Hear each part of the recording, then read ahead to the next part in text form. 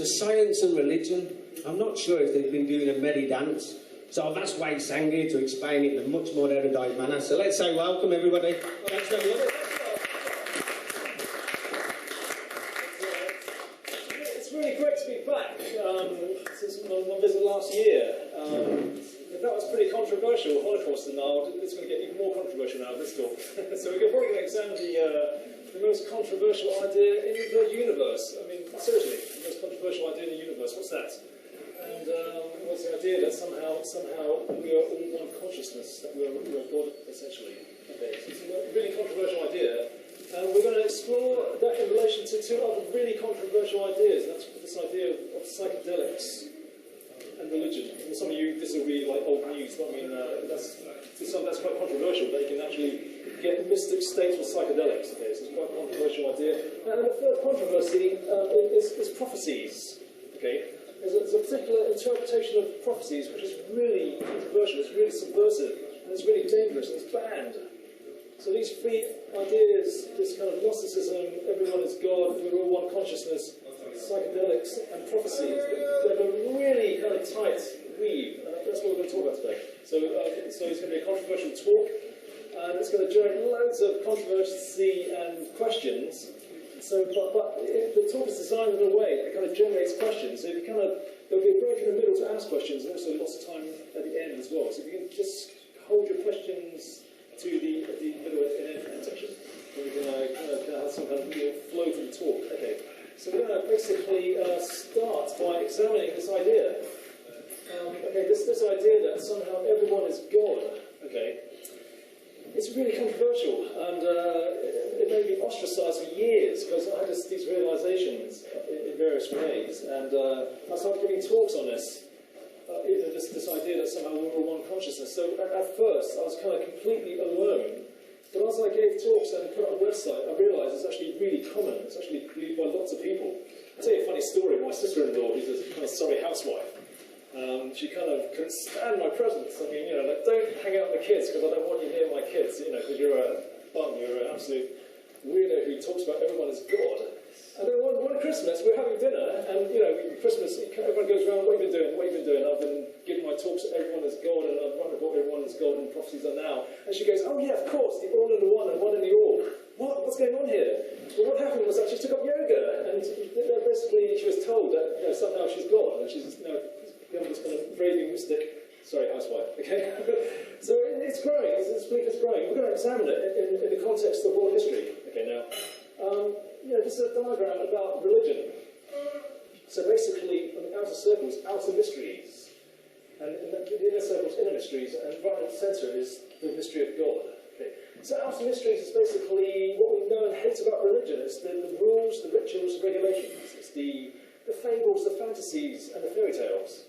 It's where religion disagrees. It's where there's conflict and strife. It's the religion that does not agree with science. It's not reasonable.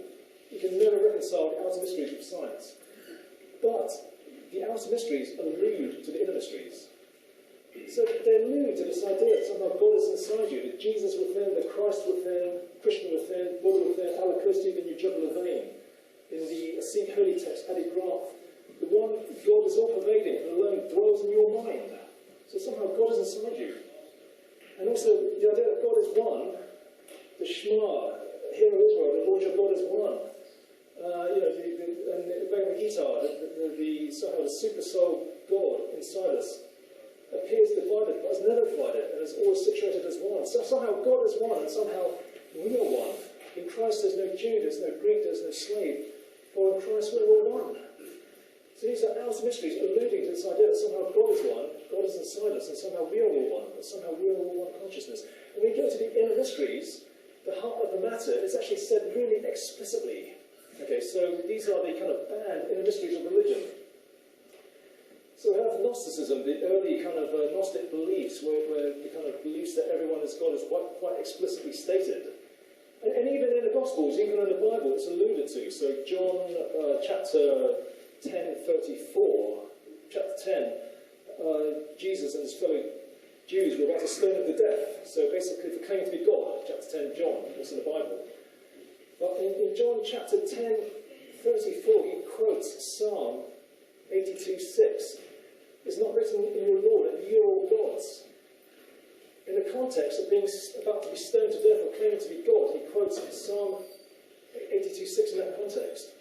It's essentially saying, yes, I am God and you're God as well. And it says so in the Psalms. It actually says in Psalms 82:7 that you're all sons of the High, of the Most High. And then in the Gnostic Gospels of Thomas, which we'll talk about later as well, it actually says explicitly, as I am, you can be also. Jesus talking to Thomas, as I am, you can be also. Drink from my mouth, and you shall be as I, and I shall be as you, and everything to you shall be revealed. So this is the heart of the matter, said explicitly. In the Kabbalah, we have in the hidden mysteries, the hidden teachings of Moses. The Kabbalah has been made famous recently by celebrities like Britney Spears and Roseanne Barr, and also Jerry Hall. But it's also made known by this guy called Moses. So it's also known as the hidden teachings of Moses. Okay. So the Kabbalah, again, this idea that somehow we are the cosmic androgen, the kind of Adam Kadmon, that somehow we have this cosmic being that we are is also the universe, that somehow we are the cosmic androgen, somehow, that we are God. So then in the Quran and also in the Hadith, we have, the quite commonly known Hadith where Muhammad says, whoever knows himself knows God. Okay, that's open to interpretation. But there's also a mystical hadith where Muhammad says, quote, man is my mystery and I am his mystery, for I am he himself and he is I myself. As a Sufi favourite. So basically, that's Muhammad claiming to be God. And many Sufis actually say it quite explicitly now. All through history, basically, it's been a kind of recurring theme in Sufism. The idea that somehow God is inside us, that essentially we are Allah. And, the situation in India is actually quite different because here the actual Gnostic truth has survived pretty much intact in some sects. Now, there has been suppression through the ages, but actually quite a few people in India now, and in the UK actually, it's common knowledge, basically. This idea that somehow Brahman, Atman is one and the same. Okay. And in Buddhism, we have this Vajrayana Buddhism, the hidden teachings of Buddha. We have this deity yoga, again, the same thing. Okay, Buddhism derives from Hinduism, the same idea that somehow you are the Buddha, you are the void, that's your true nature. And Taoism, the message, that's the interpretation is basically you are the Tao. There's this Tao which is transcendent, eternal, that you are that. So really, when we examine the hidden mysteries of religion, this is where we find agreement. This is where we find they're actually saying the same thing.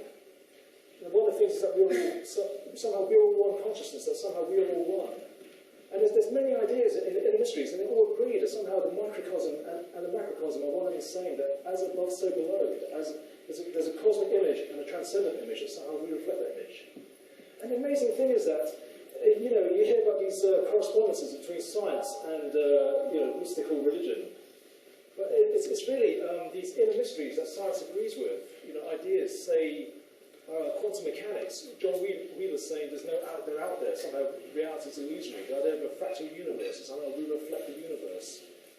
So really, I'd say that science converges with religion, not in the outer mysteries, but in the inner mysteries.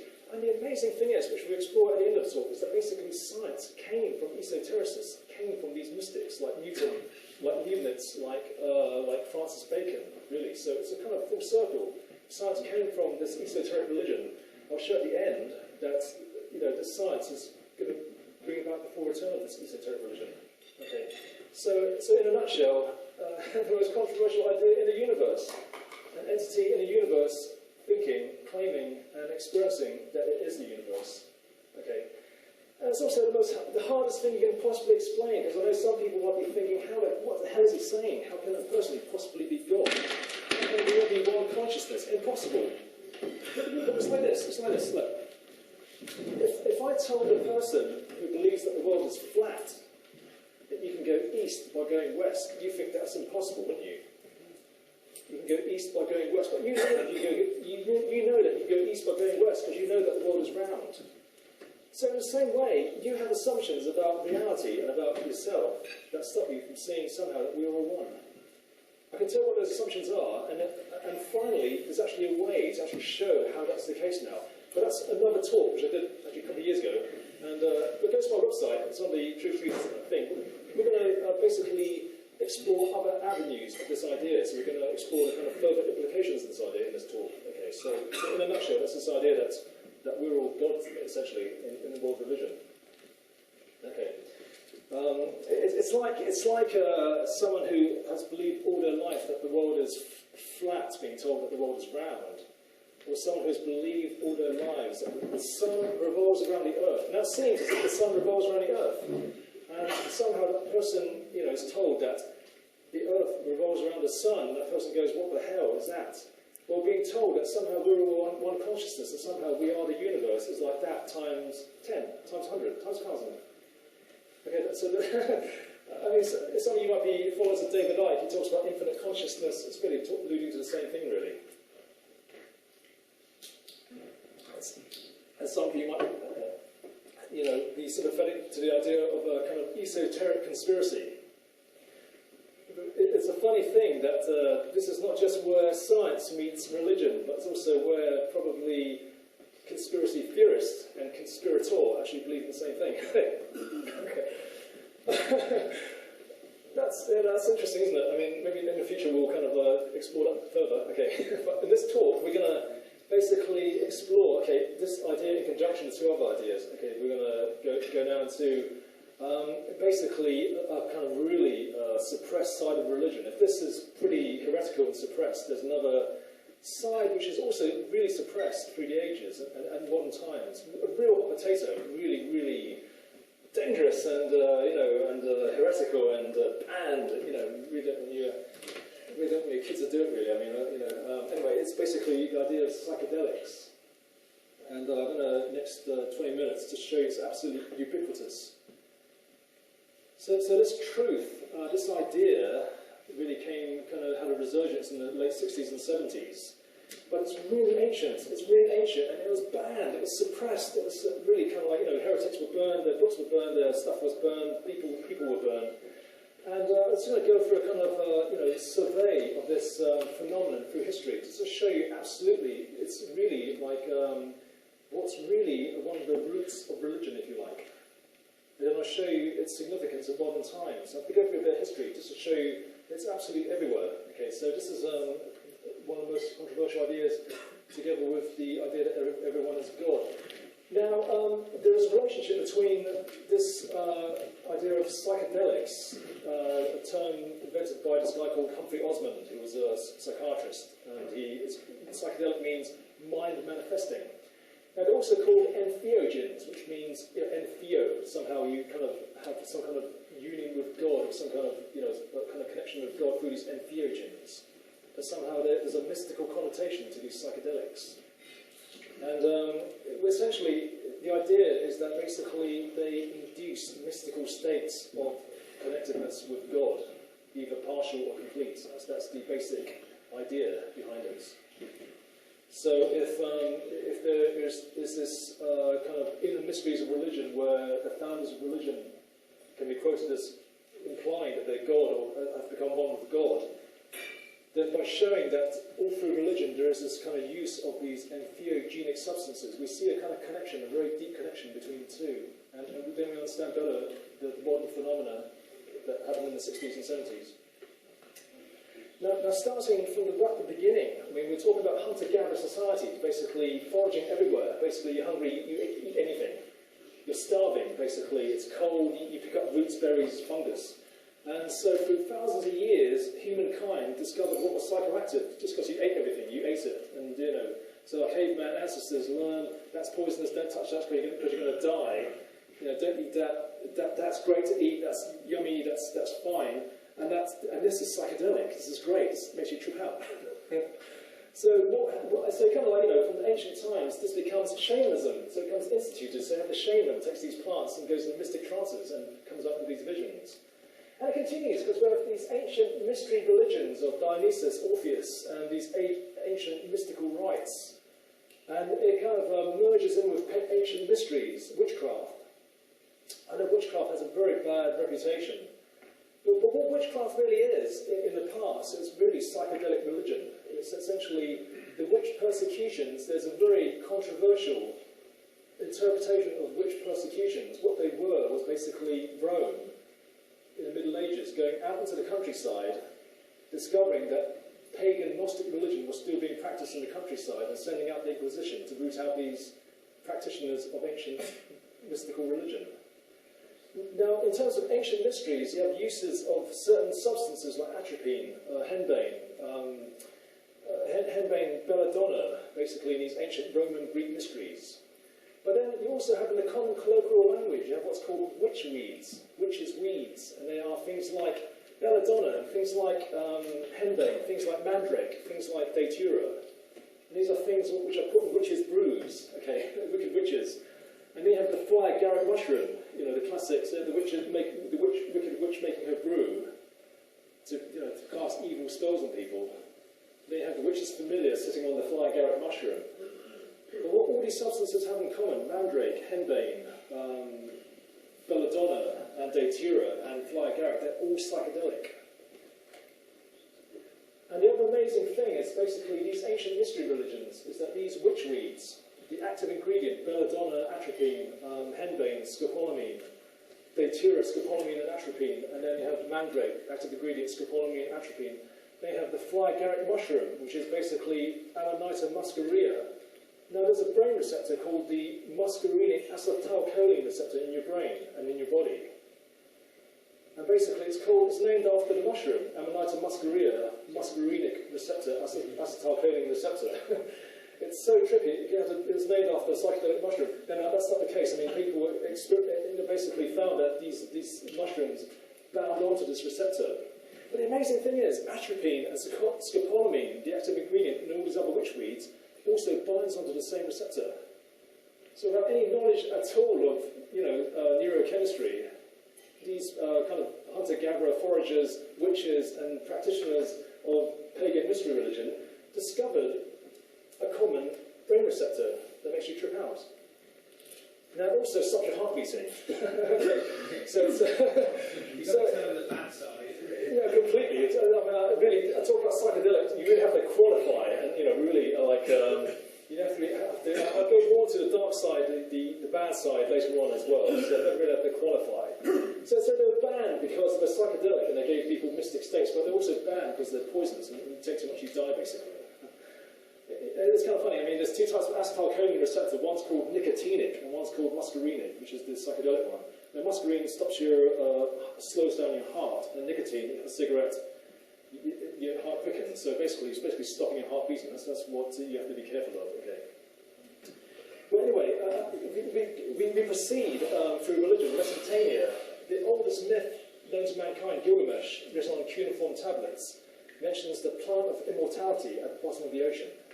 So it's kind of like a side reference to psychedelic plants. And in Mesopotamia, again, mandrake, scopolamine, atropine, and cannabinoids are mentioned in cuneiform tablets. So very ancient use of these substances.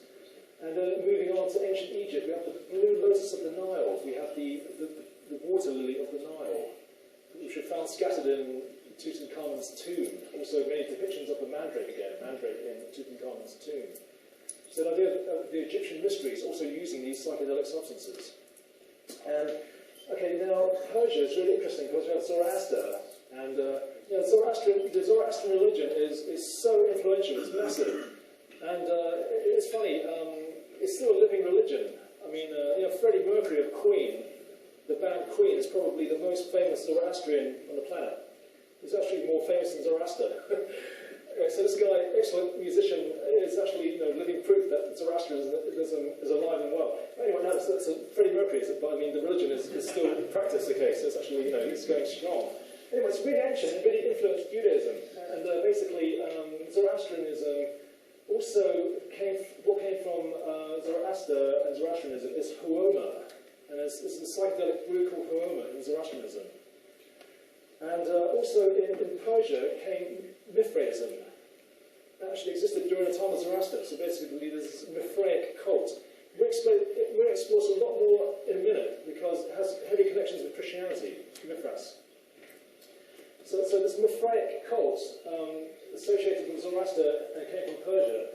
Now, moving forward to ancient Greece and Rome, we have again the Lotus Eaters and Odysseus. I don't know if, as a small child, we read the myth of Odysseus. I don't know if you remember that, Odysseus. And he had the Lotus Eaters. So it's probably the one of the foundations of Western civilization, the classics, the Iliad. In the Iliad, you have basically the Odyssey. And there's a story, you know, that Cyclops, you've got the sirens. But the first port of call, the first island, is the Lotus Eaters. Now, Lotus is actually psychedelic. The Blue Lotus of the Nile is psychedelic. Now, if you understand Odysseus as, it's a mythology, but it's also a spiritual allegory. So basically, it's a journey. Basically, so Odysseus is on a journey. So the Odyssey has the same position in Western classics as the Bhagavad Gita in India. So you have the Mahabharata, a massive body of myth, and in the middle you have the Bhagavad Gita, which is a mystic text, where the explicit message is that you're God, essentially. And then in the West, one of the foundations of Western civilization, you have the Iliad, the most classic of the classics, and in the middle of the Iliad, you have Odysseus coming back from Troy, and you have this kind of Odyssey. Anyway, the first port of call is the island of the Lotus Eaters, and if you understand that Lotus is a psychedelic, it's actually a reference to the use of psychedelics on a spiritual journey. It actually carries a warning because, well, the story goes, the sailors come to the island of the Lotus Eaters and they become stuck on the island. So they eat the lotus, and they're trapped. The Odysseus has to come and rescue them, basically. What it means is basically that if you see Odysseus as a spiritual journey, it means that if you take too many psychedelics or you stay on the island of the Lotus Eaters, then your journey ends. So it's allegory, so it's very meaningful. And I know because I met these people, you know, in London. I met the psychedelic scene. You know, David Icke kind of gives these really kind of controversial talks about really controversial stuff. And at the end, he'll say, "You're not going to believe this, but I became one of the universe. I became, you know, infinite consciousness." Well, the funny thing is, about 15 years ago, I used to hang out with people who did infinite consciousness every weekend.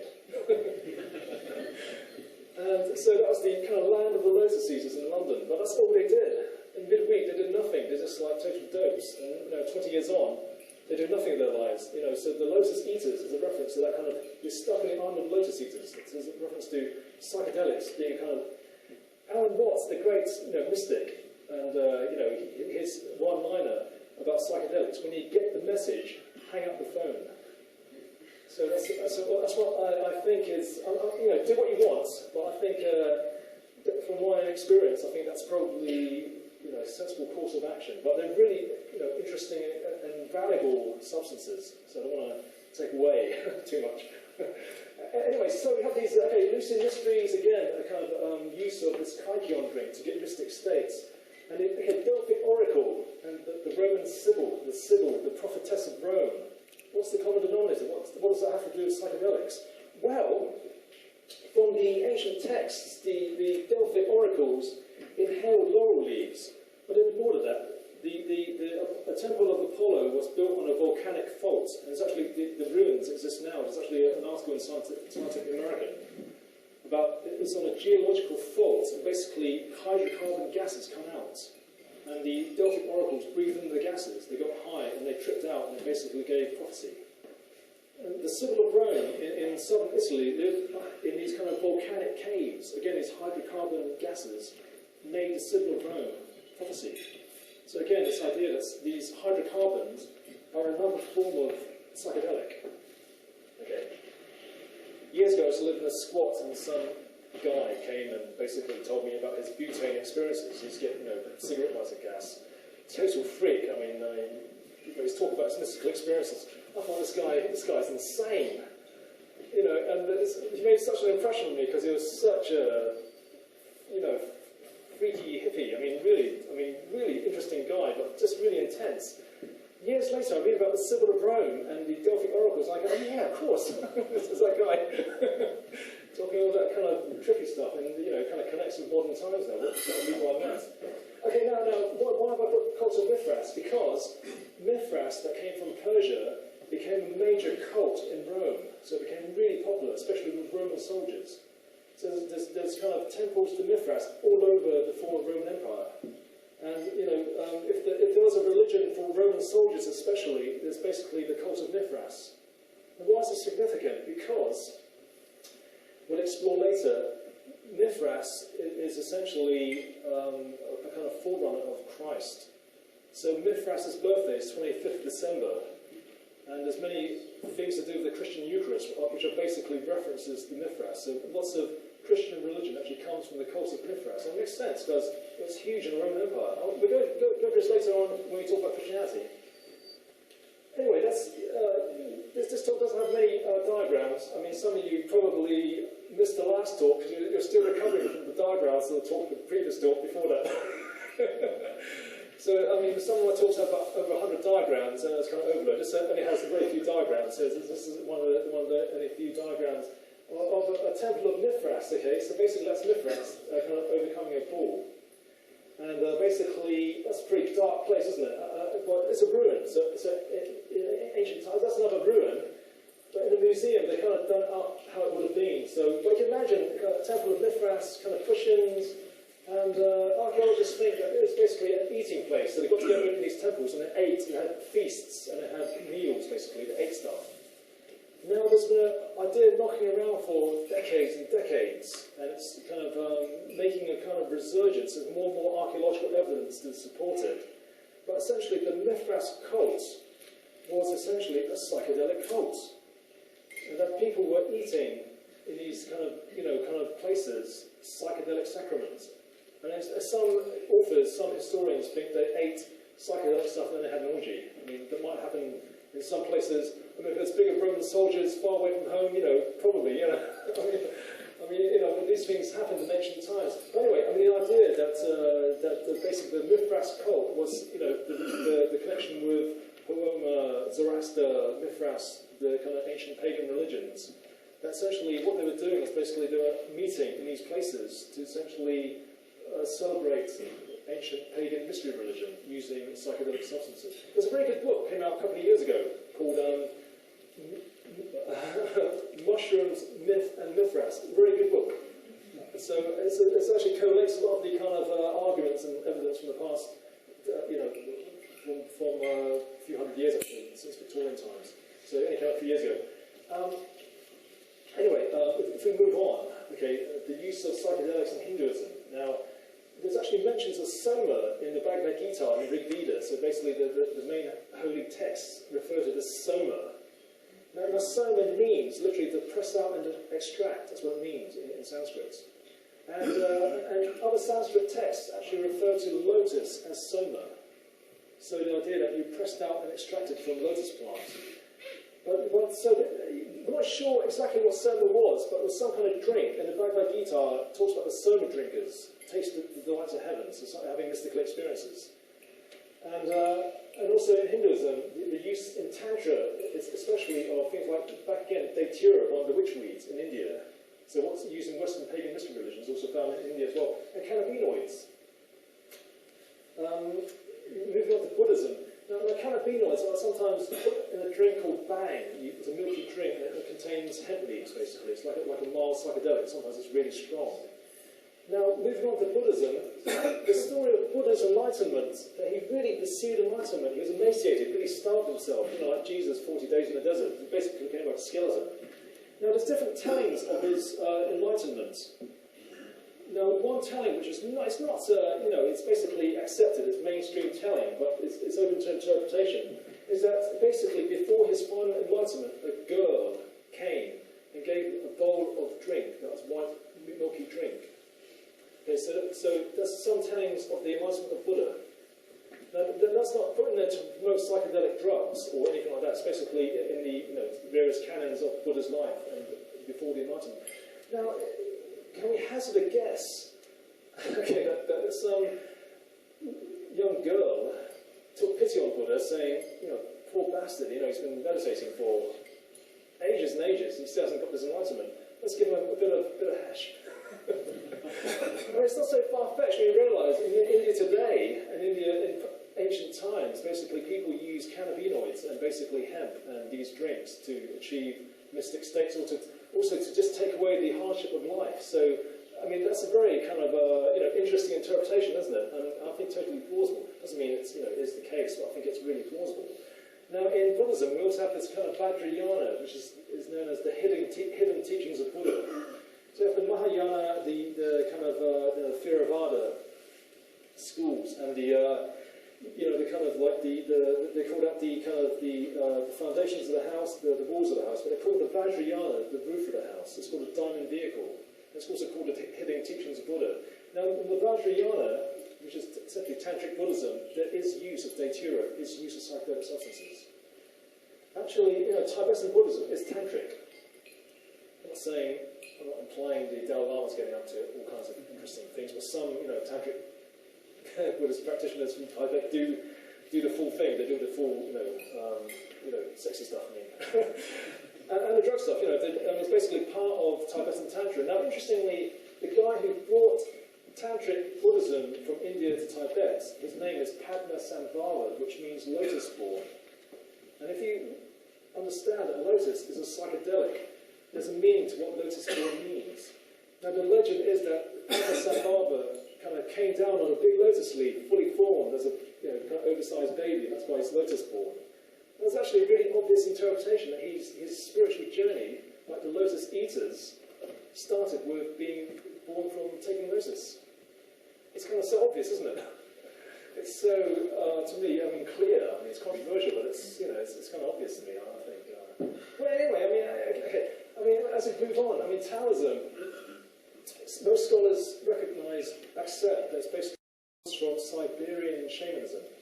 So basically, Oriental people came from the kind of frozen wastes, so Eskimos and stuff, and Indians and Chinese people, Indians in North America, Eskimos and Chinese people are related peoples, basically. They come from the northern wastes of the kind of really cold places. And so people came down from Siberia, took these kind of fly garret mushrooms, and then that became Taoism in China. And then Taoism got fused with Buddhism and became Chuan, which got imported to Japan as Zen. Okay, so that's kind of lineage from some psychedelia. Actually, the word shaman actually comes from Manchurian, which is kind of South Siberia, a Manchurian word, actually. So shaman is actually a kind of Oriental word, interestingly. Now, okay, we're kind of like just moving on now. So we kind of covered ancient history.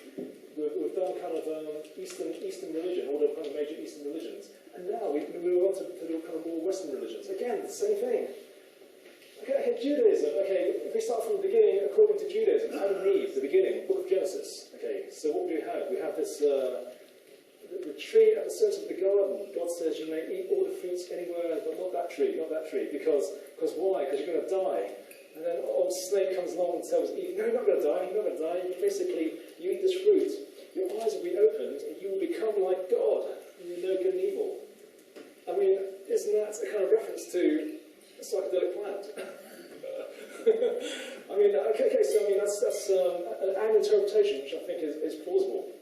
It's also the first book of prohibition. Yeah, exactly, yes, exactly. Which we'll talk about in a minute. Why these drugs are banned. And as we go on, in Judaism, then we have Moses. And you've seen the Burt Lancaster TV series in the 70s, and you've maybe seen the Charlton Heston movie, kind of strapping Moses. There's also a rabbinical tradition in Judaism where basically Moses, also learned all the mysteries of Egypt, learned all the mathematics, learned all the astronomy, learned all the science, learned all the political wisdom of Egypt. He's a really smart guy. And he also learned the ancient mysteries. Now, so Egyptian mysteries, Moses, he's a guy, really clever guy, Now, he kills the slave driver, or beating up a Jewish guy, and then he's banished to Midian, so he's banished now. He marries Jethro's daughter. Jethro is his father-in-law, is a Midianite. Now, it's a funny thing, the Druze religion in Israel now, one of the most revered figures is actually Jethro, Moses' father-in-law. And the Druze religion is essentially an ancient mystery religion that existed in the kind of Levant in Israel for thousands and thousands of years. And it's an interesting idea that there's a lineage right from Moses' time right to the current Druze of today, isn't it? They're kind of semi-Muslim sect now, but it's a funny story. It's a funny story. The Druze are this kind of esoteric sect, and about 1,000 years ago, they sent a delegation to the Caliph in Egypt, the Muslim Caliph, and say, we basically accept that Muhammad is a prophet, and it was a Shiite Caliph, basically a mystical branch of Islam, and basically so they became Muslims. But the Druze are a very ancient mystery religion that existed, and there might be a lineage right from back to Moses' time. So, okay, the Druze revered Jethro. Now, while he was in Midian, Moses gets visions from a burning bush. Now, when someone first suggested this to me years ago, that the burning bush was a reference to cannabis, quite frankly, I thought this guy's nutty. This was about 10 years ago when I first started doing talks. But if we if facts change, I changed my mind, and I learned that cannabinoids were really prevalent, really used a lot in these ancient mystery religions. And I also learned that these cannabis plants really grew widely all over the place.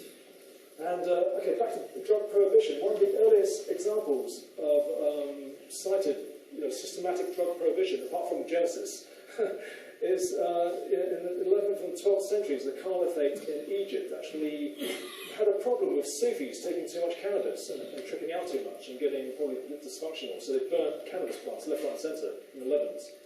So that's the first one of the first cited examples of mass drug prohibition in the 11th and 12th century. So basically the idea is that in Judaism, Moses gets basically visions from a burning bush. And essentially, somehow that's, he's basically smoking cannabis or taking some kind of cannabinoid preparation. So, that's an interpretation. I'm not saying, none of this is provable. But, when we fit all the pieces of the jigsaw puzzle together, you get a very compelling picture. So I'll just continue putting the pieces of the jigsaw together, I think. The only way to actually prove it is to try it. No, that's okay, yeah. It was the burning bush. I was Moses. That's the thing. That's the thing. We'll talk about these things were really suppressed, and to really make it come back, it really took something cataclysmic, something really powerful to bring back these mysteries. And I'll talk about it later on in prophecies, in my talk on prophecies. It really took direct experience to really bring it back. It's so hard to explain to people, historians and kind of materialists and atheists, these ideas. So we have to experience directly. We need a practical demonstration. Oh yeah. I mean, this might be I think I'll say something. Maybe outside. Anyway, so it's a burning bush. So burning bush. Two words there, burning bush. If you look at the etymology of those things, we might come up with a completely different answer, which is not how you. Oh, completely, yeah, completely. Well, religion is multi-layered, yeah. Those words have no relationship with those words 50,000 years ago. No, completely. What I'm saying is basically all of this is basically none of this is provable. So I'm saying I'm putting all these pieces of the jigsaw together. So this is Christianity. Once all these pieces are put together, then even without direct experience, it presents a really compelling case. Okay, so just go move on to Christianity and Islam. Now, Christianity, basically, I just finished working in a church for 10 years. It's probably the most New Age, progressive, controversial church in the country. And, I mean, it's progressive and tolerant. They let me work there for 10 years, for Christ's sake, that's tolerant. Anyway, basically, I did the Christian Eucharist and, I observed what went on. It's so obvious to me that the Christian Eucharist is essentially a psychedelic sacrament. But when you understand that Mithras was basically this huge mystical religion, huge in Rome, and that the idea that somehow psychedelics were used, when you actually listen to the Christian Eucharist, the Christian Eucharist, not necessarily on Sunday service, but on the kind of morning Eucharists and midday, this kind of stuff comes out. It doesn't necessarily come out Sundays. Like in Church of England, the Eucharist, the wording is this. The Lord is risen from the tomb, who for our sake was hung upon a tree. Hang on, wasn't he hung upon a cross? Well, no, Mithras was hung upon a tree. So was Odin. Sorry? So was Odin. No, exactly, yeah, exactly. That's what I'm saying. These mystery religions, they're all hung upon a tree. They're all hung upon a tree, yeah, exactly, yeah. Mithras. Same story repeating again. Exactly, yeah. Adonis, Bacchus, Orpheus. Exactly, yeah, exactly. Astrology. Exactly, yeah, that's what, yeah. so Christianity is multi-layered. And one layer is this idea that the Christian Eucharist psychedelic sacrament, with the psychedelic taken away. And you know the story of Coca-Cola? That Coca-Cola used to contain cocaine.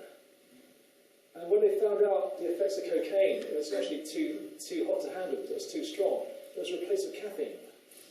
Now, the simple idea is basically, in the past, the Christian sacrament actually had something a little stronger than just a bit of wine. Okay, is that kind of stretching it too far? That in the past, that basically the Christian sacrament involved the use of psychedelics, so we all share one body because we all share one bread. It's because that bread is psychedelic. Again, to me it's kind of obvious, and you know, to my friend there it's obvious as well. And so, okay, last piece of the jigsaw, Islam. Okay, Islam. Now, okay, everyone knows about the prohibitions to do with alcohol in Islam, and the prohibitions, okay, lesser known prohibitions to do with opium. Now, hashish is not banned, expressly banned in Islam. It's actually allowed. And, you know, the assassin sect, Ishmaeli Shiite sect called the Assassin, the Hashashin, the assassins. So basically, they were hashish smokers.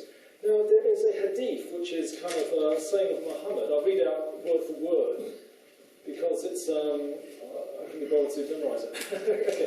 No, it's a quite long one. But some things are worth reading word for word.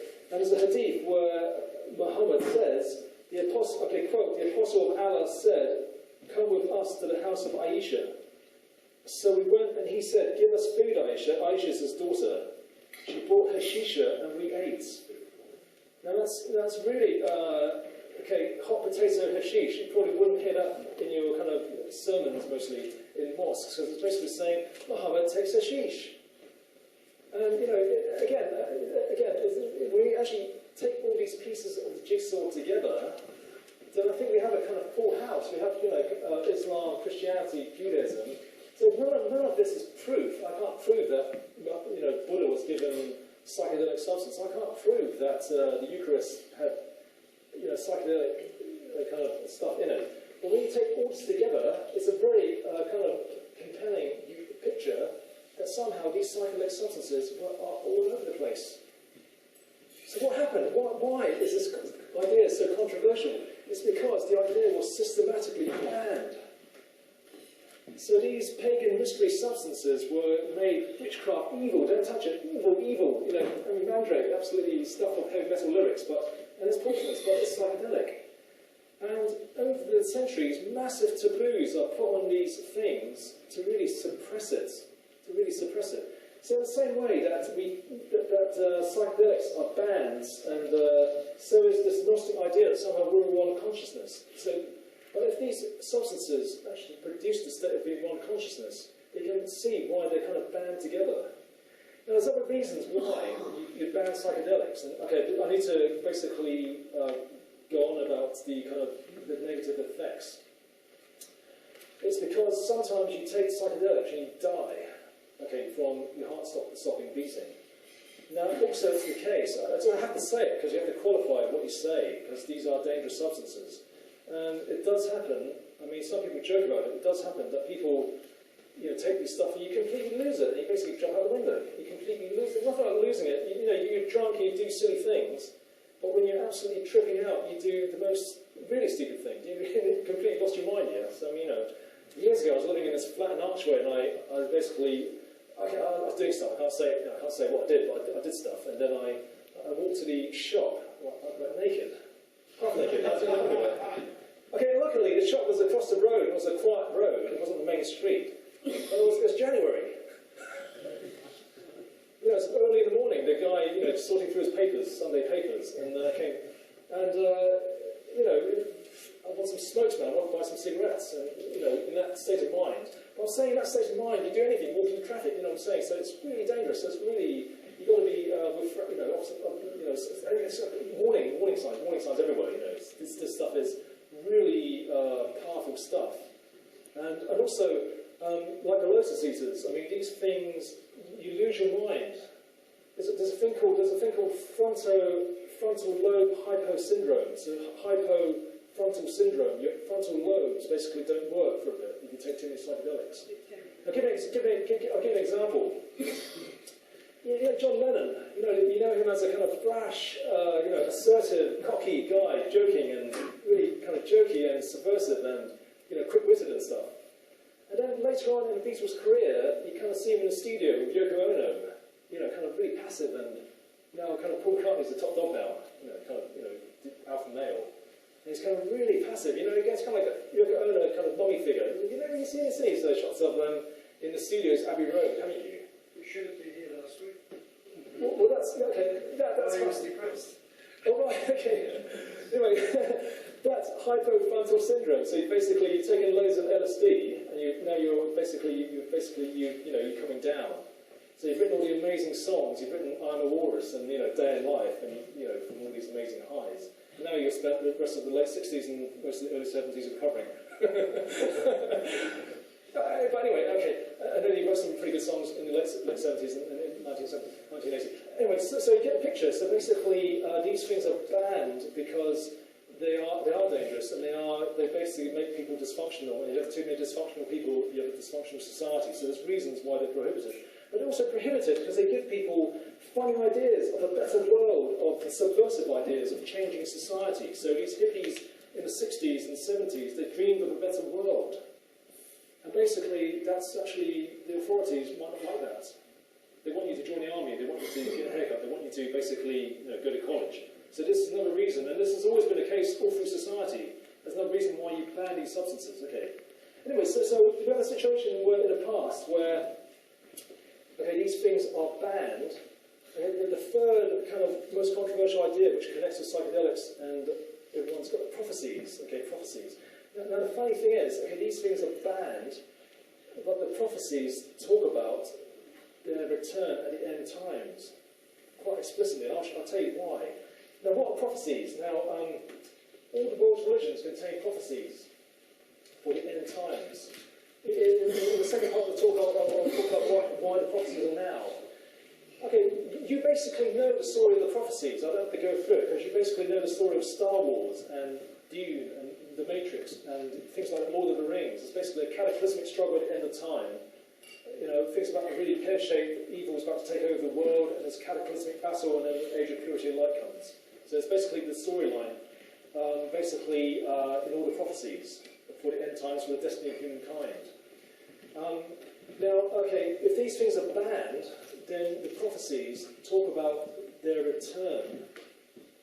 The return of Gnosticism, the return of the ancient mysteries, the return of psychedelics at the end of time. Now, how is that? I mean, probably thinking, I've not heard these prophecies. Well, you haven't, because they're not read out in Sunday service, because they're basically too controversial.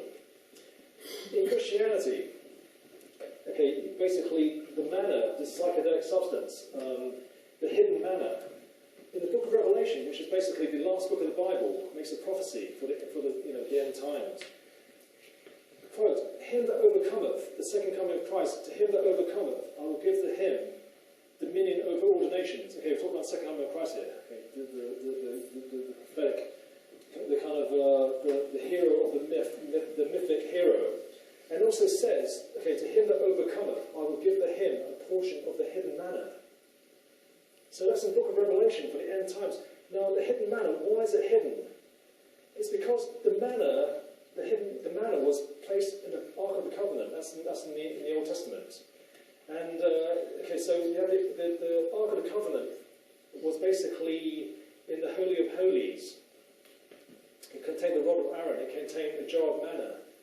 And why is it hidden? It's hidden because when the Persians invaded and took over Jerusalem in 586 BC, the prophet Jeremiah took the Ark of the Covenant and he hid it. That's in the Bible as well. So that's why the manna is hidden. Now, the Ark of the Covenant has never been found. When it's found, that would be one of the greatest archaeological finds of all time, along with the discovery of Genghis Khan's tomb. That's one of the real things we need to find. And it might prove that what is the manna when we actually examine what's in there. Anyway, so the hidden manna returns at the end times. A reference to psychedelics at the end times. In the Zoroastrian prophecies, one of the most influential religions in the world, massively influenced Judaism during the exile in Babylon. Again, it's so explicit a reference. The Sal Cheyenne is the Zoroastrian Messiah. So Sao Shine, also known as Astabat Erata, the kind of world renovator. Now, there's a prophecy for the coming of the Sao Shine. I'm going to read it word for word because it's too much to memorize, and it's just get accuracy. Word for word prophecy made about 3,500 years ago. Okay, prophecy for the end times. Sao Shine, with his assistants, performs the Yazishan ceremony in preparing the dead, and they slaughter the ox Hadayosh in that Yazishan ceremony. And from the fat of that ox and the white hooma, the psychedelic substance, they prepare hush, which is a drink, and they give it to all men, and all men become immortal forever and everlasting. So again, this kind of plant of immortality, this hooma, returns at the end times. Now there's a massive clue here, because they cook the hooma in the fat of an ox. Now, psychedelic alkaloids do not dissolve in water. They need solvents to dissolve them. How do I know that? Because, I've read in the books, you basically have to dissolve alkaloid psychedelics in kind of solvents. Years ago, I was in a chill-out room in a psychedelic party 20 years ago, when I was a kid, really, in my teens, early 20s. And some guy in the chill-out room told me at length how to prepare fly agaric. And I've got a good memory. And basically, he said you have to cook it in full fat milk. You need the fat to dissolve the active substance. And this is generally the case for all these plant alkaloid psychedelics. So it's amazing that this prophecy made 3,500 years ago refers to this kind of very specific way of preparing hooma using the fat of an ox. So, okay, the prophecies talk about the return of these substances. So how have they returned? And how does the Gnostic think that somehow everyone is God return at the end of time? Well, apocalypse literally means the unveiling of the hidden thing. You know, this is a hidden truth in religion, this kind of like esoteric mystery that's alluded to in the outer mysteries, that's been banned and suppressed. And at the end times, you have this apocalypse, which literally means, in literal Greek translation, the unveiling of the hidden thing. Surely that might imply a connection with this hidden mystery. So, and also this idea of the scroll of the seven seals of the Book of Revelation, the seals are opened one at a time, events unfold on the planet, and then at the end, the scroll is finally opened. This idea of a mystery revealed at the end of time. Now, okay, before we take a break for some questions, so you can get some psychedelic, get some beverages, whatever you want to drink. He took the ox fat, Claire. Exactly, yeah. So full fat milk, a bit of lard.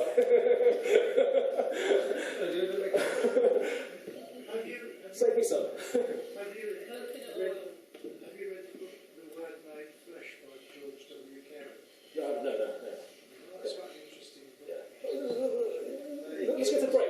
And I'll ask you a question. So just going to zoom forward some time now, then we go to a break, okay? So basically ancient mysteries, okay? Prophecies, everyone's gone, psychedelics, banned, suppressed. So basically it's all clamped down, and it's all kind of like, the powers that be have basically banished it to the outer fringes. All the witches are burned, all the books are burned. Okay, now fast forward in time from 1,000 years ago, 1,500.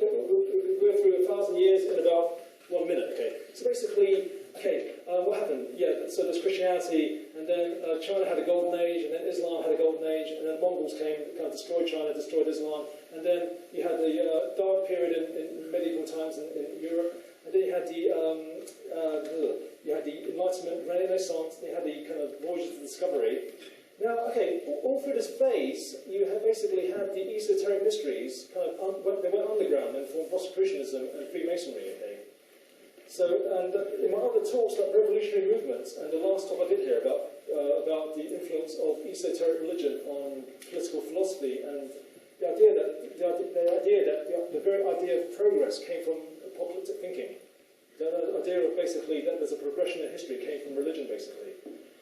So all through this kind of 1,000 years, this hidden undercurrent has been influencing affairs more in the background, influencing science, starting science. People like Christopher Wren, the famous Freemason, builder of famous churches, but also a mystic, and also founder of the Royal Society, which gave rise to science.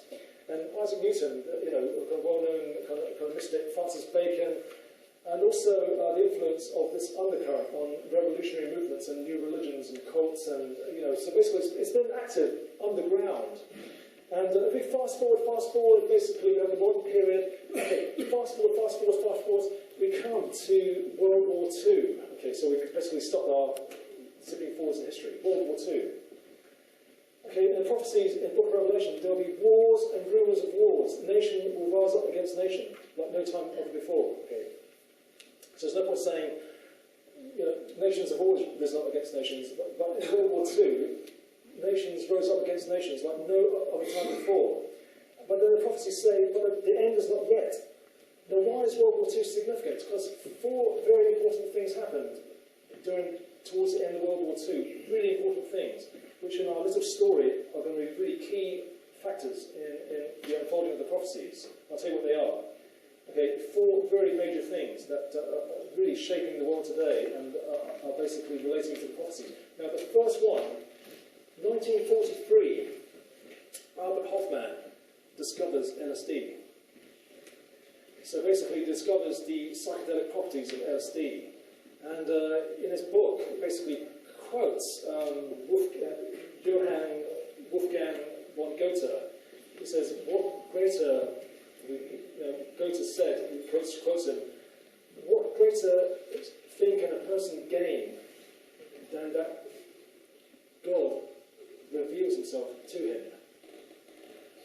So basically, obviously, Albert Hofmann saw a connection between his discovery, LSD, and this mystical kind of phenomenon. Now, Dan Merker, the historian, writes a book about the manna somehow being ergot, which is a kind of substance which causes mystical states. Now, LSD was synthesized from ergot, so in a very kind of direct sense, the hidden manna has returned in 1943. So, Book of Revelation, hidden manna returns at end times. In a very direct sense, the hidden manna returns. If Dan Merker, the historian, is correct.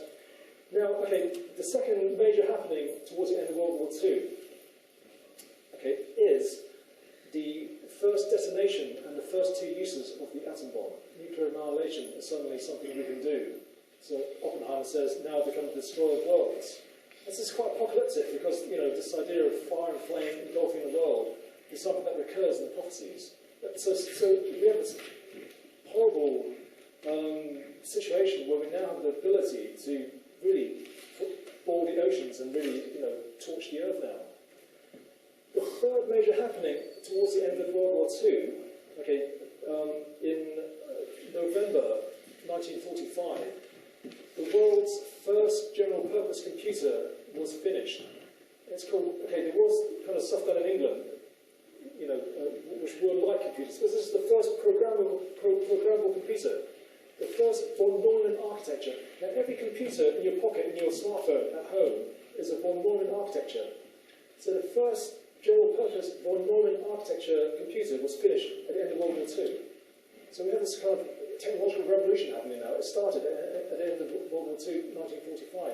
Now, the next major happening, December 1945, a month later, the Gospel of Thomas was discovered, buried in a jar in Egypt. Now, the Gospel of Thomas, the Gnostic Gospel, people have known this has existed for many centuries. People have speculated that it existed. The first complete copy was found in 1945. And that's the Gospel, which contains the quote, as Jesus saying, as I am, you can be also. Drink from my mouth, you should be as I speak to you. So isn't it amazing? Synchronicity, these things happening. Synchronicities are things that happen in your life, but also things that happen in history. But these major events to do with the prophecies, the Gnostic Gospels, buried in an urn in Egypt, to probably every copy of the Gospel of Thomas was probably destroyed by Inquisition. So it wasn't, there's only one kind of copy found because it was buried underground, because all the other stuff was literally burned by the Inquisition. So, you see these suppressed ideas, and suddenly it returns. So, the Gnostic idea literally returns in this discovery of the Gnostic Gospel of Thomas, and the atom bomb, the computer, and the discovery of LSD. So the hidden manna returned, and in a literal sense, this Gnostic Gospel has returned. Now, fast forward a little bit more, and we basically have the psychedelic 60s. And, the funny thing is the hippie revolution was actually created by the CIA.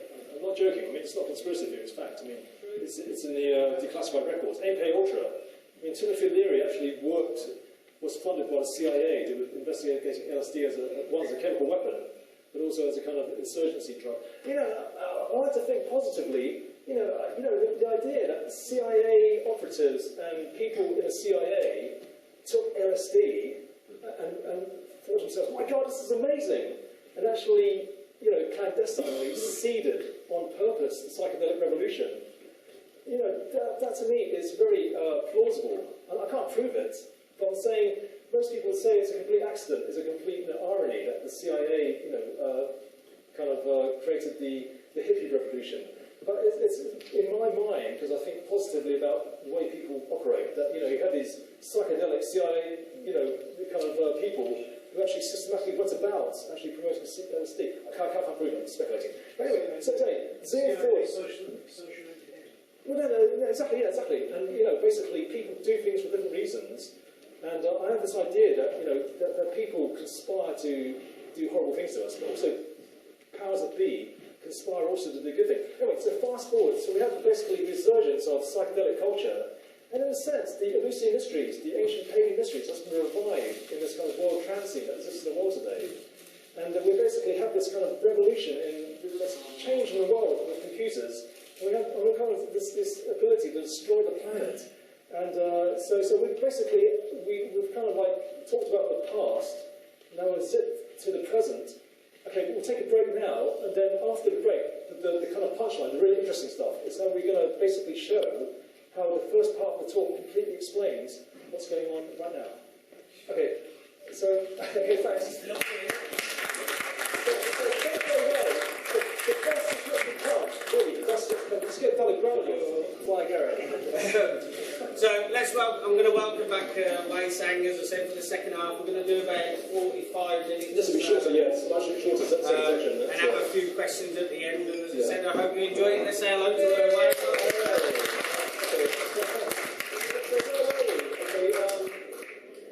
We've done a history lesson, and we're going to zip forwards in time.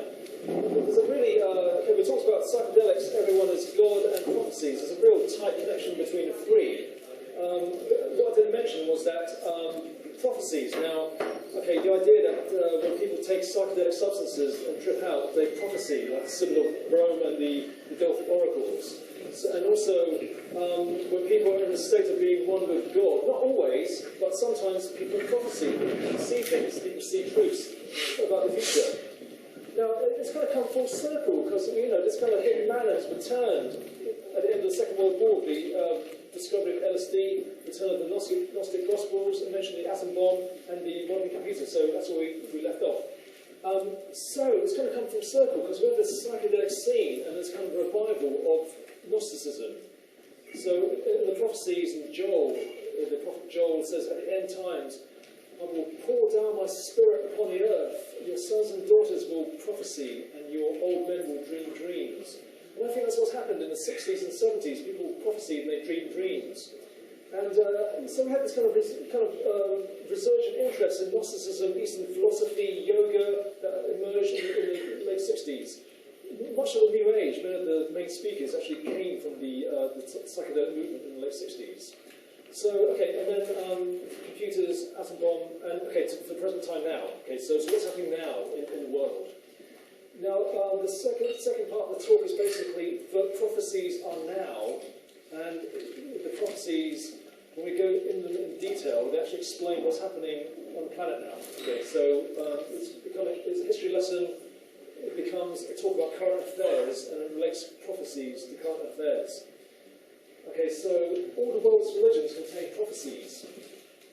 Now, there's two kinds of prophecies. There's on one hand, there's very specific prophecies and specific calendar predictions. And on the other hand, what's more important is more prophecies about the general state of the world.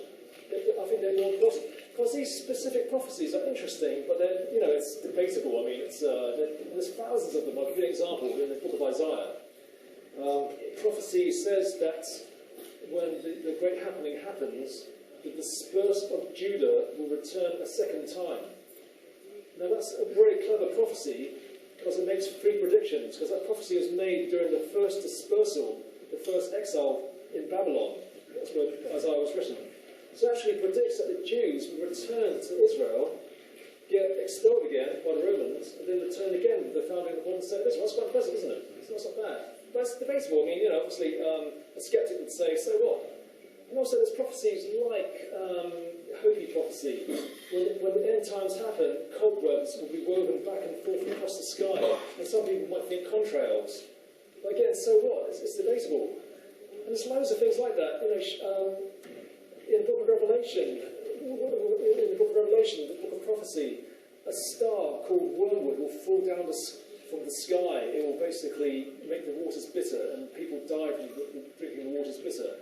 Now, Chernobyl is a Ukrainian word that means wormwood. So we can go on and on and on. We can go on and on about these prophecies, and you can say, so what? We can say, oh yes, the prophecies are now. So, what's not so? I think what's more compelling are these prophecies that do with the general conditions of the world, because we are living in a time like no other, and there's things happening in the world today which are special, unique, and unprecedented, completely unique and unprecedented. Now, if I can match up these prophecies from all world religion, if I can match them up to these unique and unprecedented conditions of the world, then that's a far more compelling case for saying that the prophecies are now. So what are these prophecies? What are these special conditions of the world? Well, I'll actually depict them in this diagram. Oops. There you go. Now, the first one is this idea that there's a planet in peril. Now, there's always been, for thousands of years, there's always been local ecological environmental disasters. The the Sahara Desert used to be lush grazing land, the Gobi Desert. Australia, according to I guess paleo-anthropologists, historians, used to be covered in rainforest, but they think now the ancestors of the Aborigines had to burn all of it away. So there's always been these local ecological disasters happening all through history. But now we have a situation where the entire planet is facing this ecological, environmental collapse, this disaster. The recent finding that since the 70s, in the past 40 years, 50% of all vertebrate life has been extinguished. So there's actually 50% less vertebrate life on the planet now. And, rainforests, we can go on and on. I don't want to get in a debate about global warming, but it does seem the planet is warming. So there was a kind of lull when it kind of plateaued and it didn't kind of warm for a while. This year is a record breaker, so it seems. And we can go on and on. And it's the conditions of the world today. We're facing something to do with the world population. We basically have about 7.5 billion people on the planet today, and the projections are another 3 billion to come in the next 30, 40 years. So that's bursting at the seams. We're going to add another 3 billion people. It's going to get pretty tight. We've got all these things happening. It's kind of really kind of quite serious. Actually, those predictions are probably that's probably wrong now because of shale gas. But I mean, we are living in a kind of age of scarcity in terms of the environment, in terms of arable land, in terms of the fisheries will disappear in the next 30 years, so really overfishing and stuff. So really, it's kind of things are changing. So we are facing something quite unique in world history. Now, so prophecies in world religion talk about the Book of Revelation talks about the destroyers of the earth. Talks about kind of the poisoning of the rivers and seas, and the Buddhist prophecies talk about a time when drought, famine, and disease will sweep the world. Jewish midrash talks about when the Messiah comes, talks about a warming of the earth. So it's kind of like references to some kind of world ecological kind of, I guess it's what people normally think about as prophecy, kind of this kind of apocalyptic scenario. But bear in mind that apocalypse means unveiling of the hidden things. That's the kind of the happy ending at which I'll go into at the end. Now, the second unique and unprecedented condition of the world, we are living in a one-world village. Like no time before in history, the world is one place. Things happen on the other side of the world. You hear about them instantaneously on the internet, on the news. We are so integrated now. I mean, through trade, through political union, the world is becoming one place. We are already living in a global village. Now, one of the major issues is basically this idea of a one-world tyranny. And it's not conspiracy theory, it's basically a pattern in history. If you let politicians and kind of very rich, powerful people have their way, they kind of grab more power and, lock in power, and you end up with a kind of new emperor of the world. So basically it's not, it's not fantasy, it's not speculation, it's basically a pattern repeated throughout history. What we're seeing possibly today is that pattern repeated on a global level, global scale. So this is coming one world order, jumbo jet internet, it's all becoming one place. Now, the prophecies in Islam talk about the coming of the man who will create a world state. The Book of Revelation uses the word, it's quite a short book, the Book of Revelation, it uses the word earth 60 times, the word world is used 8 times, the expression whole world is used 4 times. So really talk about global events, and Kalki Avatar in Hinduism is the world avatar, and the Zoroastrian Sarshan is the world renovator. So global events, prophecies about the world. And the third, really, condition of the world, I mean, there's always been, religion has had its ups and downs. One part of the world will be enlightened, and another part will be, fairly in the dark ages. One part of the world might be fairly spiritual, another part will be totally going AWOL. But today we have a situation that's unprecedented. And sociologists have a name for it, called secularization. And the cause of it is totally unprecedented. It's the rise of scientific rationalism and the technological society. And the manifestation of this decline in religion is one, obviously atheism and secular humanism, and people declining church numbers. That's one manifestation. Another manifestation is religious fundamentalism. Now, some people might say, hey, wait, decline in world religion, but surely, the Taliban, ISIS, religion is going strong with religious fundamentalists. But what people don't understand is that religious fundamentalism is the absolute antithesis of what religion is. It's absolutely the opposite of what religion is about. So I'll give you one example. In Islam, I tell you, this is controversial, but Muhammad was progressive. Muhammad progressed women's rights. He gave women, property rights and divorce rights. Now, he didn't give women back in Arabia quite the rights of modern women in Sweden, say. But he actually progressed people's lot. Muhammad gave Medina the first written constitution of people's rights for, basically a society with coded rights. Muhammad talked about ijtihad, independence, reasoning, and critical analysis. But when the fundamentalists say we must turn back the clock 1,300 years, they don't understand. They're the very antithesis of what Muhammad was about, which is about progress and progressing humanity. When people say, I'll dwell on this a little bit because it is topical. When people say the Quran has these violent passages, well, it was written in a time of war, a war for survival. But the recurring message is mercy, compassion, and peace. So when fundamentalists say we literally interpret the Quran, not interpreting things in a historical context, they don't understand. They're the very antithesis of what Muhammad's actually saying. You get a picture. And when Christian fundamentalists take the Bible and literally interpret it in literal ways, they don't understand. When they say the Bible is literally true, but that abrogates what Jesus actually said. He actually said that he revealed the mystery of the kingdom only to his disciples. And to everyone else, he revealed the mysteries in parables, so that they may be ever seeing but never perceiving, and don't ever hearing but never understanding. And what the fundamentalists are saying is that we are all seeing, we are all hearing, because we are interpreting the parables literally. See what's happened? So basically religious fundamentalism and secular humanism, atheism really is a global decline of religion. Obviously China, communist country, resurgence in cults and some forms of religion, organised religion. But it's kind of really the world over. We have this kind of decline.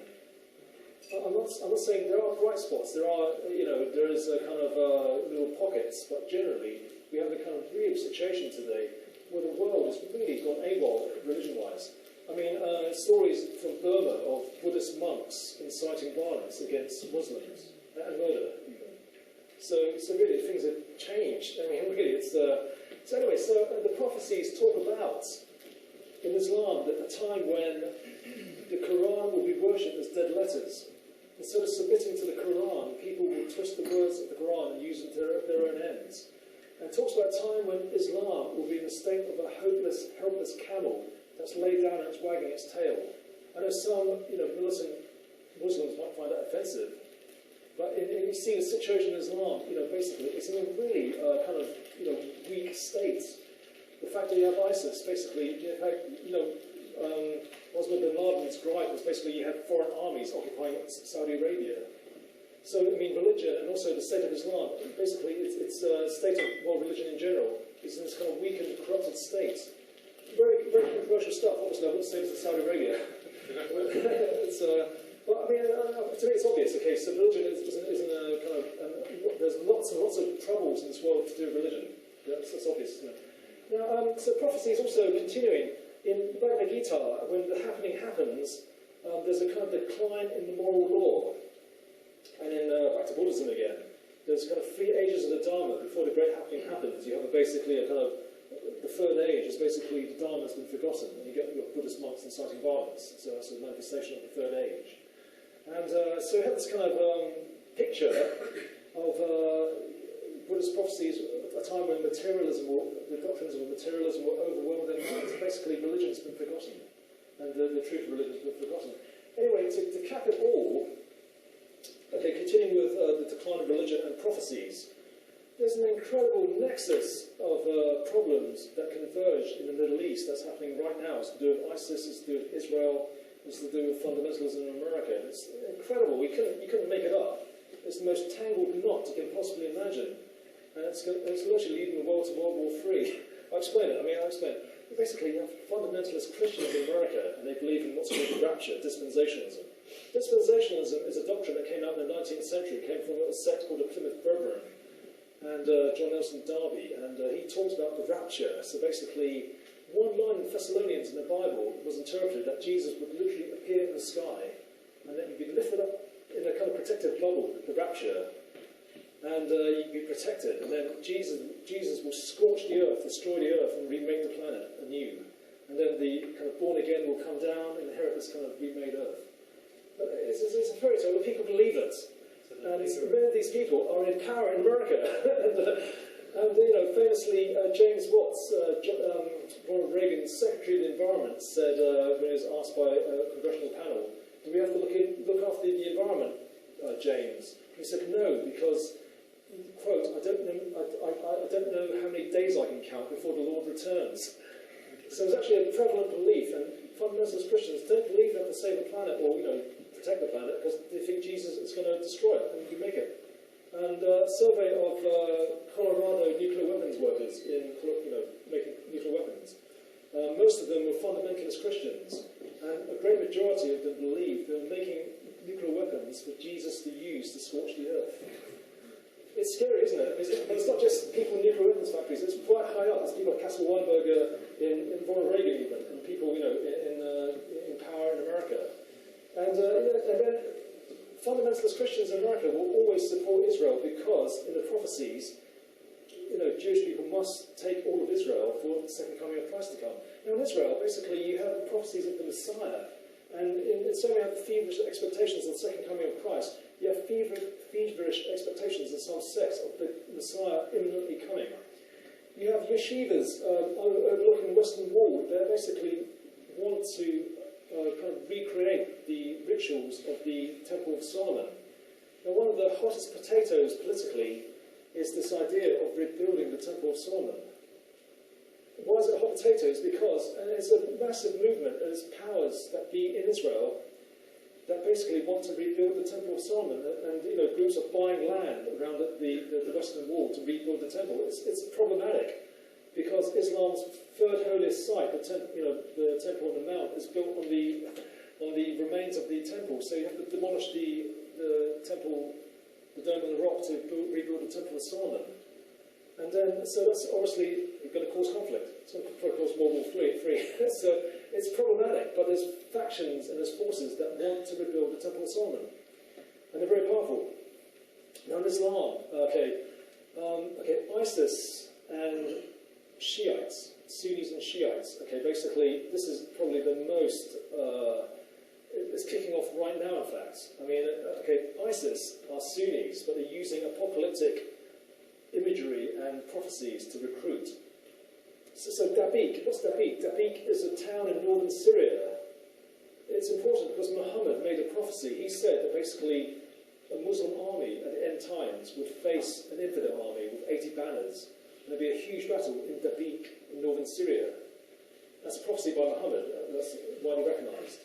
So basically, the ISIS have taken Dabiq now, and all those executions you see of the journalists, the Caucasian Western journalists being executed, they're all being done in Dabiq, and they're being buried in Dabiq. What it means is basically that the ISIS are using apocalyptic ideas to recruit, but also to motivate their followers. But they're also saying in their videos, come, crusaders, come and fight us in Dabiq.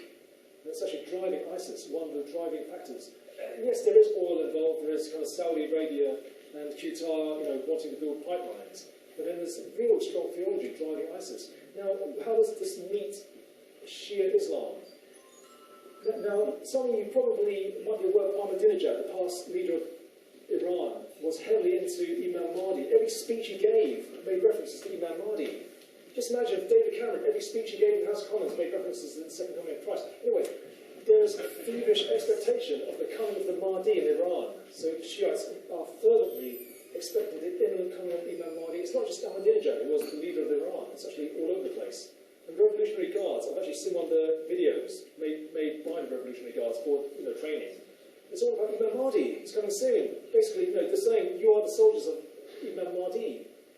Now, Imam Mahdi is actually the official head of state of Iran. It sounds nuts, isn't it? It's like second coming of Christ being the official head of state of England, or the Messiah being the official head of state of Israel. But it's actually, part of, it's actually, legal. It's a legal, state of affairs.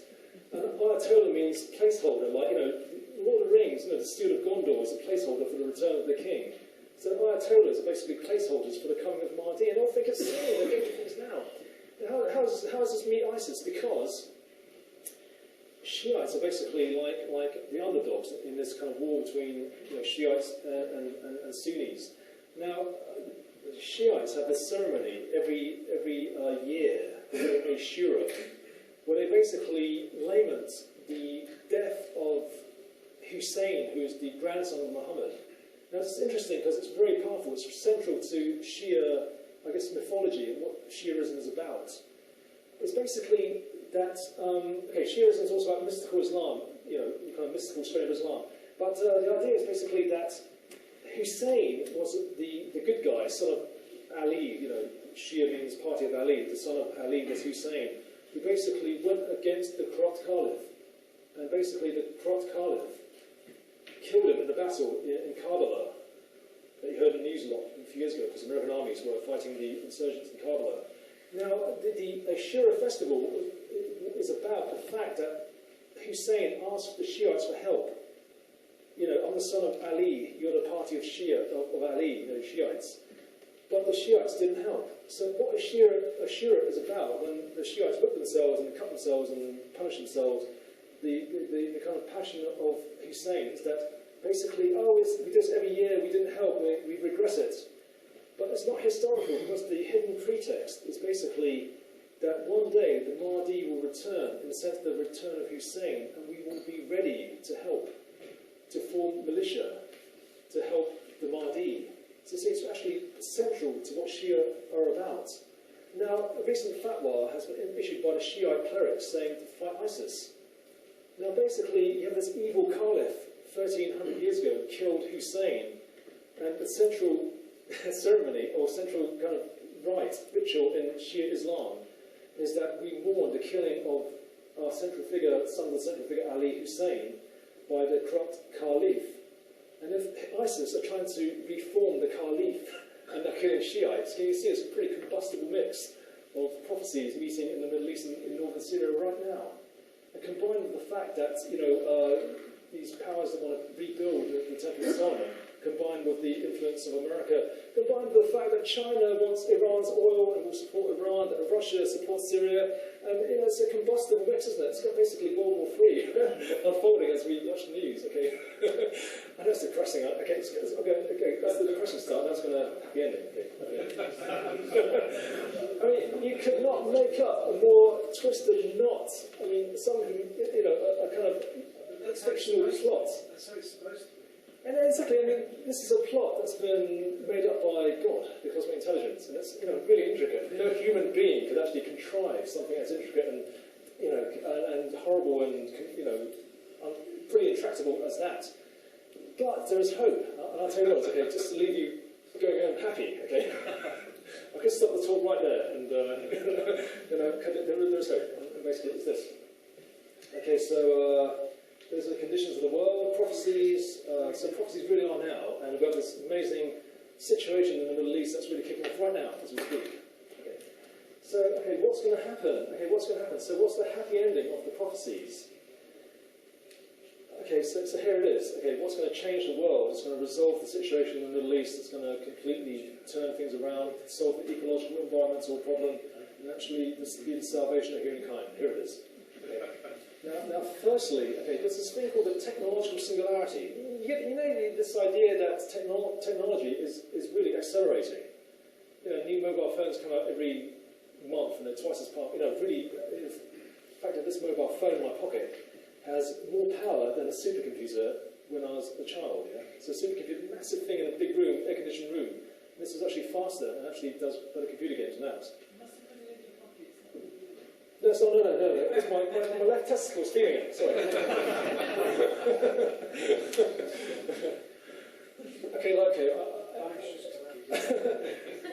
But anyway, so it's bouncing up from the right side. Okay, look, so basically this idea that there's a kind of runaway acceleration of technology, really things, technology is advancing, and that something is happening, something is really afoot. Now this is an idea called the technological singularity, and I'll tell you what it is. It's really something.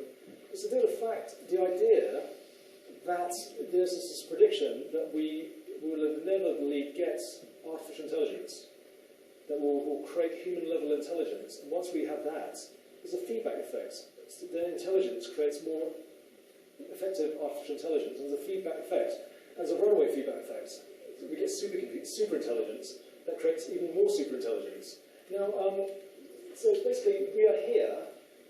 It's the idea that with human minds, we're creating all this amazing technology, and it's basically running away, but it comes to a point where basically we create artificial intelligence. And once that happens, we have the technological singularity that goes completely AWOL. Basically, technological advances go through the roof. Now, interestingly, the technological singularity has been called apocalypticism for nerds. Young guys working for Microsoft with pocket protectors and glasses with sticky tape, basically really worship this singularity. They're working towards it in Silicon Valley. And it's so dramatic, it's biblical. It is biblical. It's going to change the world. It's going to literally give us space travel, life extension. You know it's going to happen probably in our lifetimes. They predict 2029, 2045. It is dramatic, and it's about to happen. Now, Stephen Hawking, in a joint statement with 3 other top scientists earlier this year, he actually said, quote, "The creation of artificial intelligence will be the biggest event in human history." Now, the prophecies are about the biggest happening in human history. Then, this is a kind of correspondence, isn't there, from this kind of a secular atheist thinker. And also, recently, in the past week or so, maybe 2 weeks ago, he said that the advent of artificial intelligence could be the end of humanity. And that's pretty apocalyptic as well, isn't it? So what's happening, Stephen? You go to church recently, are you basically hanging out with the dispensationalists? No. He's basically saying that it's such a dramatic event. It's biblical, it's apocalyptic. So what's going to happen? I mean, this idea of... so we have all these things happening, we have all these kind of things happening in the next 40 years. The fisheries are going to practically disappear, the food chain, big fish, larger than kind of minnow, they're going to disappear from the food chain. It's going to be jellyfish in the oceans. The kind of rainforests continue to be destroyed, the kind of arable land continues to be denuded, and the situation, the estimate kind of went down to 1.5 billion a couple of years ago. That's gone up. The UN says it's now going to be probably 10.5 to, because the fertility in Africa has gone up, it hasn't gone down. And sea levels continue to rise. Okay, it's basically it's an ongoing thing, this kind of thing. But what will be happening is this technological singularity is going to hit right there. It could be the end of humankind. It could be really something bad, tech noir, Terminator. It could happen, or it could be something that's going to change the world. So when the prophecies actually talk about, yes, a spiritual transformation, the age of purity and light, this age of the Imam Mahdi reacquainting humankind with the right ways of living, the revival of the Dharma, the revival of holy law. But the prophecies also talk about a physical transformation of humankind. In the book of Revelation, that they shall hunger no more, they shall thirst no more. The sun shall not strike them, nor any scorching heat. So obviously this is kind of physical, material transformation of humankind. And I think Stephen Hawking and people like that are right to say it is apocalyptic, it is biblical. So, if we believe that there is a convergence between science and religion, then what these scientists are saying about, the technological singularity and what the prophecies say, surely there might be the idea that there's actually a connection between the two. It actually makes perfect sense, doesn't it? It's going to happen anyway. You know what I'm saying? I think it's actually what the prophecies say, what the religious people are anticipating, and what these scientists and technologists also thinking and talking about is actually the same thing. Now, so chaos and calamity, and what comes is the technological singularity. What's going on?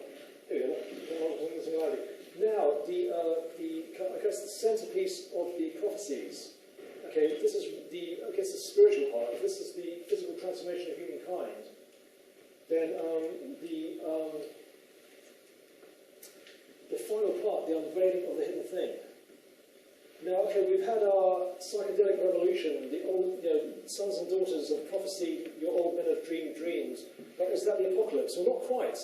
It's sort of the apocalypse. The ancient Greeks and the Eleusinian mysteries, the experience of being one with God was actually referred to as the apocalypse. So, you drank the kykeon, and people might say, oh, did you have your apocalypse? Which is a personal apocalypse. So it's the unveiling of the inner hidden thing. But what we're talking about here is a hidden thing revealed historically to all humanity. Well, what does that entail? Why is the apocalypse happening now? And I'll tell you why. Okay, this is the central part of the prophecies. It is because what's happening in science. Science came from these esotericists, came from Isaac Newton, came from people into esoteric religion, came from Francis Bacon, came from Christopher Wren, Leibniz, Goethe, all mystics. The founders of philosophy. Pythagoras coined the word philosophy. It was actually worshipped as a god-man. Brought the mysteries from Egypt to Greece. Exactly, yeah, it's all over the place. The Medici, the Florentine Renaissance was basically mystical. It was basically, the Corpus Hermeticum translated into Latin, into the common vernacular, and it gave rise to the Renaissance. So basically, we have this kind of situation now where science has really explored the universe, explored humankind, the planet, and has eliminated the exoteric religion. So we've gone back to the exoteric religion. It's basically science. It's basically eliminated. It's basically explained away the rules, rituals, regulations, the fantasies, fairy tales, and fables. So science has basically done away with exoteric religion, but science, many scientists and secular humanists and atheists and militant atheists don't understand and are unaware of the esoteric religion and the idea that science came from esoteric religion. So, you've read about and you heard about this idea that there is convergence between esoteric religion and science.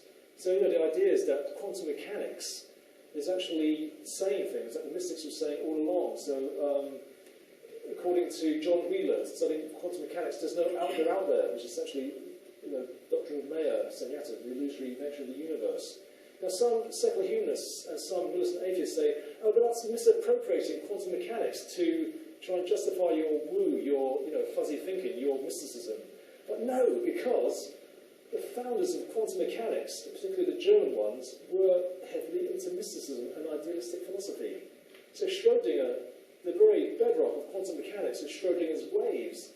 He actually said in 1961 that he was actually inspired and motivated by the Upanishads, ancient mystical holy texts from India, when he was formulating his wave equations. So the idea that basically quantum mechanics converges to mysticism makes perfect sense, because the founder, one of the main founders, Schrödinger, was actually inspired by mysticism when he formulated it. But there's many examples, fractal mathematics and the idea of as is the microcosm, so is the macrocosm, the idea that the universe is a fractal. Okay, it's a bone of contention because the data's still coming in, but computer simulations are showing, even if the universe now is not fractal, it's not self-similar, i.e. the parts reflect the whole, when it comes to the end of the universe, then things do become completely fractal. So it's ongoing debate. And there's many, many instances where science is converging with the mystical ancient religion.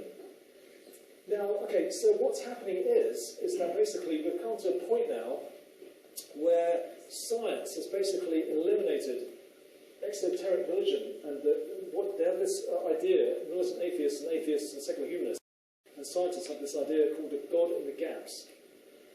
What they're saying is, these atheists are saying that basically God is in the gaps that science has not yet explained. But it's spoken with the kind of unspoken message also, and the assumption that all the gaps are going to be explained, and that God is going to be completely eliminated. Now there's one final gap that science has not explained, and this gap answers all the mysteries in religion, all the mysteries in physics, all the mysteries in cosmology, and all the mysteries in philosophy, and I'll tell you why. There's a humongous gap that science has not even barely scratched the surface of, and it's huge, it's massive, it's a massive, massive gap, and it is mind, brain, consciousness. You know, we don't know how the brain works. They're saying it's 50 to 100 years away. Clueless. There's no unified brain theory. What is mind? What is consciousness? Probably the most interesting things you can possibly think about. Science is at a loss to explain. Now, okay, there's this idea that consciousness and God are one and the same. The properties of consciousness, the God within, Krishna within, Christ within, Allah closely in the jugular vein, God immanent. Consciousness is immanent. There's nothing close to you than your jugular vein. But consciousness is also transcendent. It doesn't reduce to matter. All these materialist scientists trying to reduce consciousness to matter are failing miserably, getting nowhere. It's because God is transcendent as matter, as consciousness transcends matter. The simple idea is that basically the mystery of consciousness and the mystery of God are one and the same. So when I say everyone is God and there's one consciousness, it's basically that God, consciousness are one and the same. When people experience themselves as God, it's basically that conscious state which is the true state of consciousness, with the original states. Now, what's that have to do with mind and brain? There is a relationship between mind and brain. That's not to say that the brain gives rise to consciousness, but there's a correlatory relationship between the consciousness and brain. Now, the central idea is basically there is something special about the brain.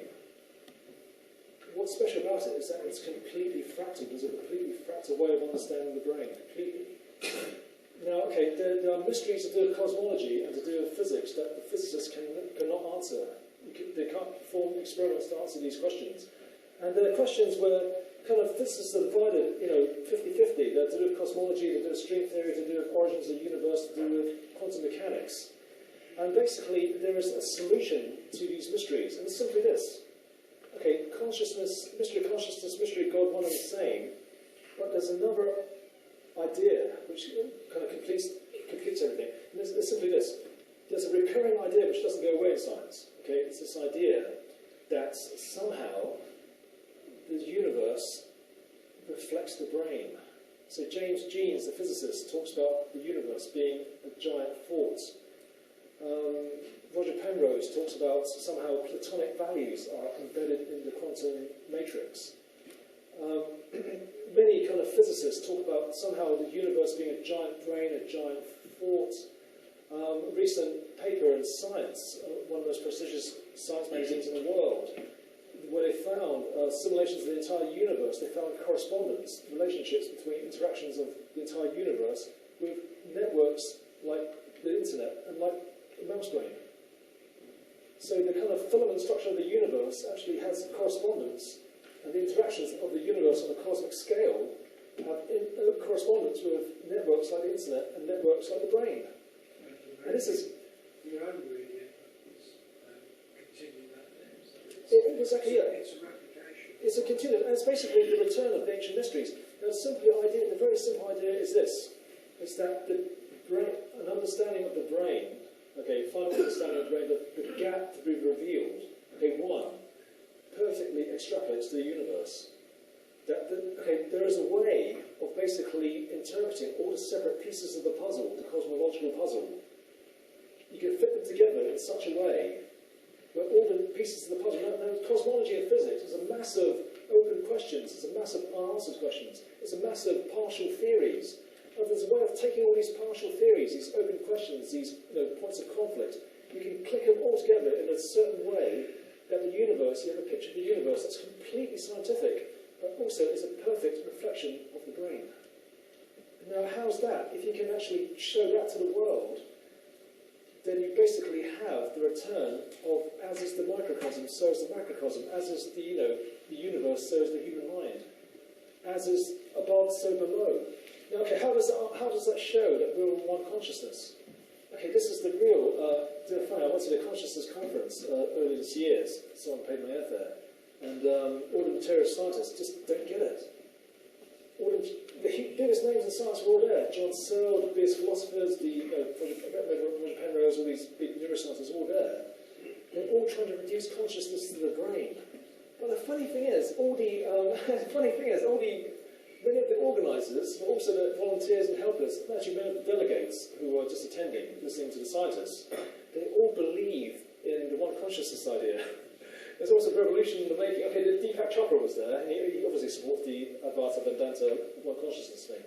But really, it's kind of like, it's unfolding. Basically, these scientists are waiting to be told that we're all one consciousness. But how do you explain it? Okay, this is how. Because, okay, in a nutshell, okay, this is how we explain we're all one consciousness. Absolutely, the unbelievable truth has become inescapable, and we can finally explain how we're all God now. Okay, this is the explanation in a nutshell. Okay, it's this. Okay, you know that you're conscious, okay, and basically you can assume that I'm conscious, and there's this idea called organisational invariance. It's basically because my brain, you assume the structure the same as your brain, so there's a correlation between your consciousness and my consciousness, so I think that your consciousness is like my consciousness. This is like really tongue-twisting explanation. Anyway, okay, now if you can extrapolate your brain, which you know is conscious, to society, to galaxies, to the universe, and it's actually a fractal manifestation and reflection of your brain, then if the galaxies became conscious, if the universe became conscious, then you can also work out that that consciousness can be like your consciousness. So philosophers have this idea called organisational invariance, which is the idea, similar patterns of organisation, physical organisation gives rise to the same consciousness. Now, let me give you an adapted idea. Scale invariant, i.e. fractal organisational invariance. It means that all the consciousnesses in the entire universes, all the universes, can be seen as being of the same consciousness. It's awareness. Yeah, same awareness, which is a stepping stone for then showing that it's one consciousness. And how do you do that? If you can, by saying that physical reality is illusory, which is Sanyata Maya, which is what quantum physics is saying, John Wheeler, there's no outer out there. But there's another idea which is also found throughout the inner mysteries. Okay, what is that idea? It's reincarnation. So in Judaism, it's in the Zohar, in Kabbalah, reincarnation. In the Gnosticism, reincarnation. In Freemasonry, reincarnation. In Islam, in the Shiite sects, the Ishmaeli, in the Sufis believe in reincarnation. And also, obviously, Buddhism and Hinduism and Taoism is reincarnation. What it means is that the idea of that we are all God, we are all one undivided soul, that somehow we are one undivided. The ideas fit together hand in hand. In these inner mysteries, talk about the idea that we're all one soul, that God is one undivided, that we're all one undivided. The simple explanation is simply that we are all one consciousness, chained in one chain of reincarnation and transmigration. It means that basically we are on this eternal journey, and that every state of consciousness is one state of that journey, that we are basically the same consciousness, but different periods of the same journey. And when you say that you're God, that all is one, that you can experience yourself as being one with the universe, people say that's impossible. Now think of all the human beings that exist on this planet. Billions and billions of people, animals, and all billions and zillions of life forms and sentient beings in the universe from beginning to end. And that's huge. How can you possibly claim to be God if you be one of the universe? It's simply because there's two kinds of massive and massive and huge and massive. There's physically, spatially massive, as in lots of people. There's another massive called eternity. And when you actually consider eternity, it's a very, very long time. Now, if you imagine, okay, you can imagine a universe, an entire universe, being conscious and being God, and thinking, hey, my body is the entire universe, and I'm God. And that universe coming to a kind of conclusion, a rebirth, and then here I am again, the universe. I'm the entire universe, and I'm God. My body is the entire universe. You can imagine that quite easily, can't you? And it's an infinite chain, it goes on and on and on. Infinite number of universes. You can imagine that, can't you? Infinity is a very big number. And you can imagine that universe, that chain kind of looking at itself. So here I'm looking like a roller coaster. Here I am, the entire universe, looking at another part of the roller coaster journey. That's actually me, my entire universe, on a different part of the same day. Now that sounds pretty far out. What I'm saying is, you are actually looking at that right now. You're actually looking at different legs of your same journey right now. So when you experience yourself as being one of the universe, one with God, then that's basically truth. And then you come back and you go, my God, how could I possibly think I experience myself as God? And the logical mind just can't reconcile the experience with the assumptions we have in life. But what I'm saying is, through reason, through science, through mathematics, we can finally explain in a way that's completely reasonable, so the rational mind, the reasonable mind, the scientific mind can totally see, maybe not initially accept, because it really is quite counterintuitive, and it goes against our normal assumptions. Finally, there's a way of chain of reasoning that shows quite explicitly that we're all one consciousess. And that is the apocalypse. No, completely. I'm saying basically, when it comes to that point, when mind, brain, consciousness is revealed, the final gap is overturned. You know what I'm saying? The God and the gaps, basically, atheists think the God and the gaps means God is going to be eliminated. What it really means is that when mind, brain, consciousness is revealed, and this extrapolation of the universe is made, and then we can explain that consciousness, the mystery of consciousness, and the mystery of God are one and the same, it is basically the complete return of the esoteric mysteries for the 21st century. And how does that save the planet? Well, okay, this is where it goes to my website, it goes to my previous talk about revolutions, and there's also another talk that I gave last year, also on the internet somewhere, about how this esoteric religion and prophecies has given rise to the very idea of progress itself. The idea of progress came from prophecies, the idea of the golden age. The very idea of progressive politics came from the idea of progress towards the prophecies. So basically, by reconstituting this idea of everyone as God and revitalizing apocalypticism, not by saying the prophecies are real and will happen in the future, but by making a really powerful case that the prophecies are now. I'm saying that's one recipe for a humongous apocalyptic revolutionary social movement for the end times, which is now. Okay, so that's it really. I mean, check out the website, check out the other talks, because it kind of connects with last year's talk and the revolution movements talks, and also connects with the Fractal Brain Theory talks. So check it all out, and anyway, thanks for listening. Yeah, thanks for listening. And, yeah.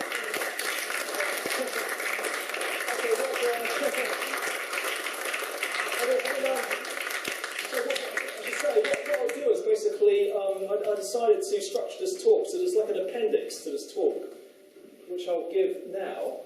So is this a 5-minute appendix? Okay, why has he done that? Because basically I just basically wanted that talk to be kind of self-contained, and then I'll basically talk in this appendix about the progression of the Fractal Brain Theory. Okay, so some of you know about me from talking about this brain theory. Okay, not last talk, but the last two talks before that. So just give you an update on what's been going on. Okay. It's really progressing. So basically, I've got my day job, so it's really progressing faster now. In the past year, and it's all just from YouTube videos and appearances on PSTV, I've not actually written I've not even finished my first book or science paper yet, but it's really spreading out. People, I've got kind of sympathetic contact in TED New York, and also, kind of scientists writing into me. A funny thing happened. I mean, last January, I constantly mention Roger Penrose and Stuart Hamroff sometimes in my talk.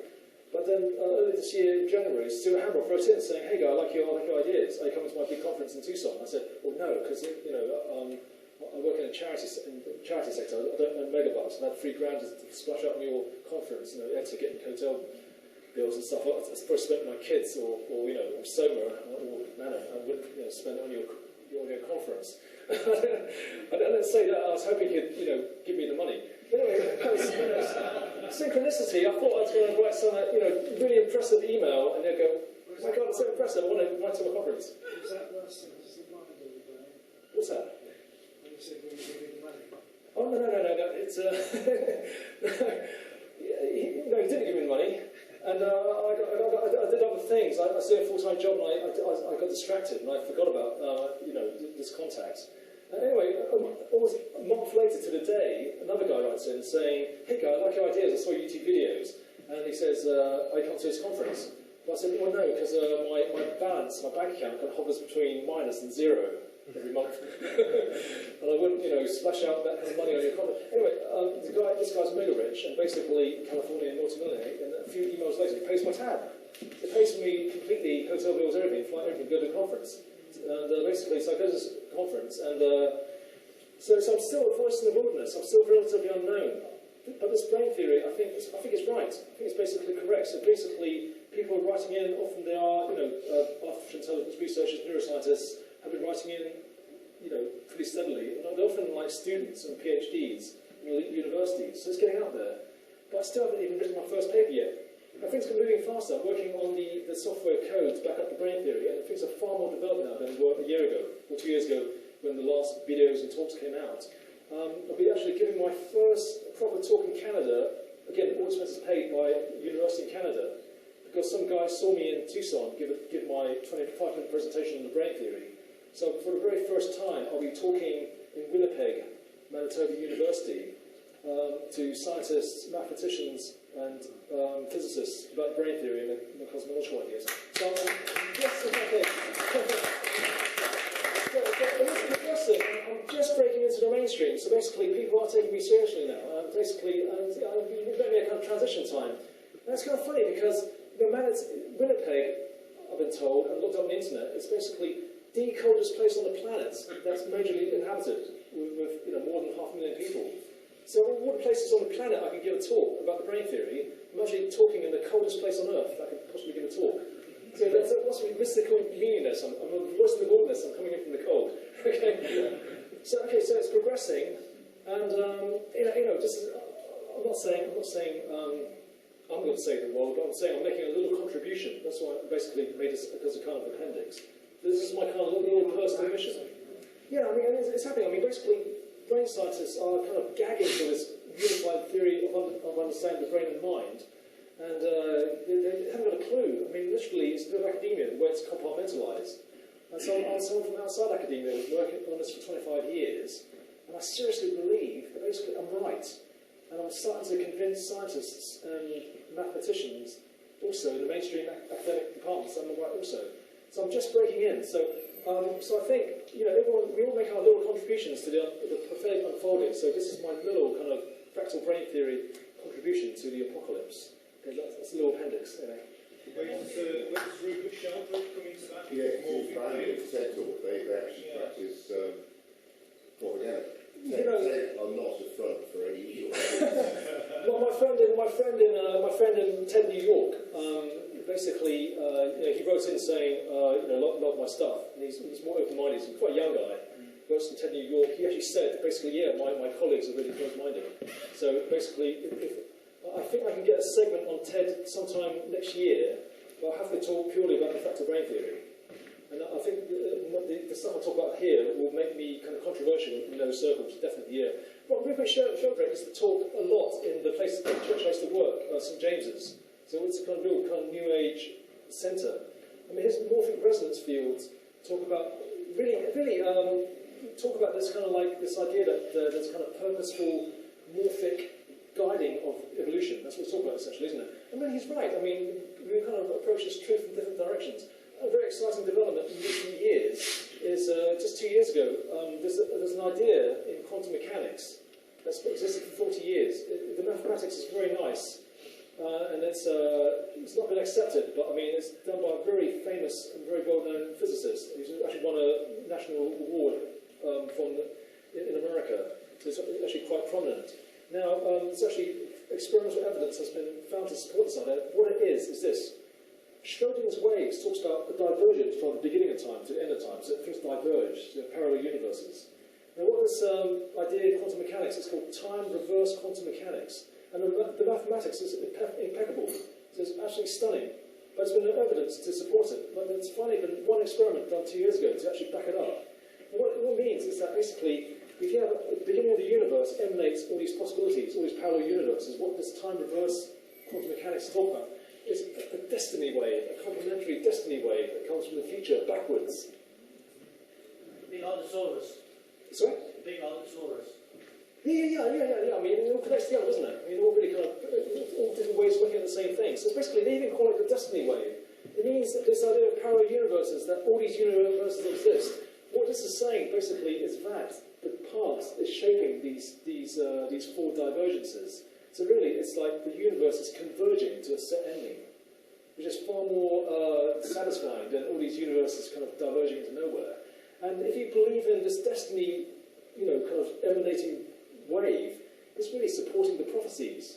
Because in the same way that the prophecies kind of backwardly emanate and track world history to it, it's saying that on the cosmic level, the entire universe is attracting everything in the universe to this kind of destiny. What's that destiny? It's the cosmic Christ, it's the universal vision, it's the celestial Buddha. So as the history of the planet unfolds to the unfolding of the destiny of the prophecies, which is happening right now in Israel and in the world, all these kind of prophecies, the universe is actually one huge quantum backward emanating wave that backwardly emanates. The destiny is basically the beginning, which is the cosmic Christ. So it's basically the prophecies manifesting on a cosmic scale. I'm just going to give him a clap, right?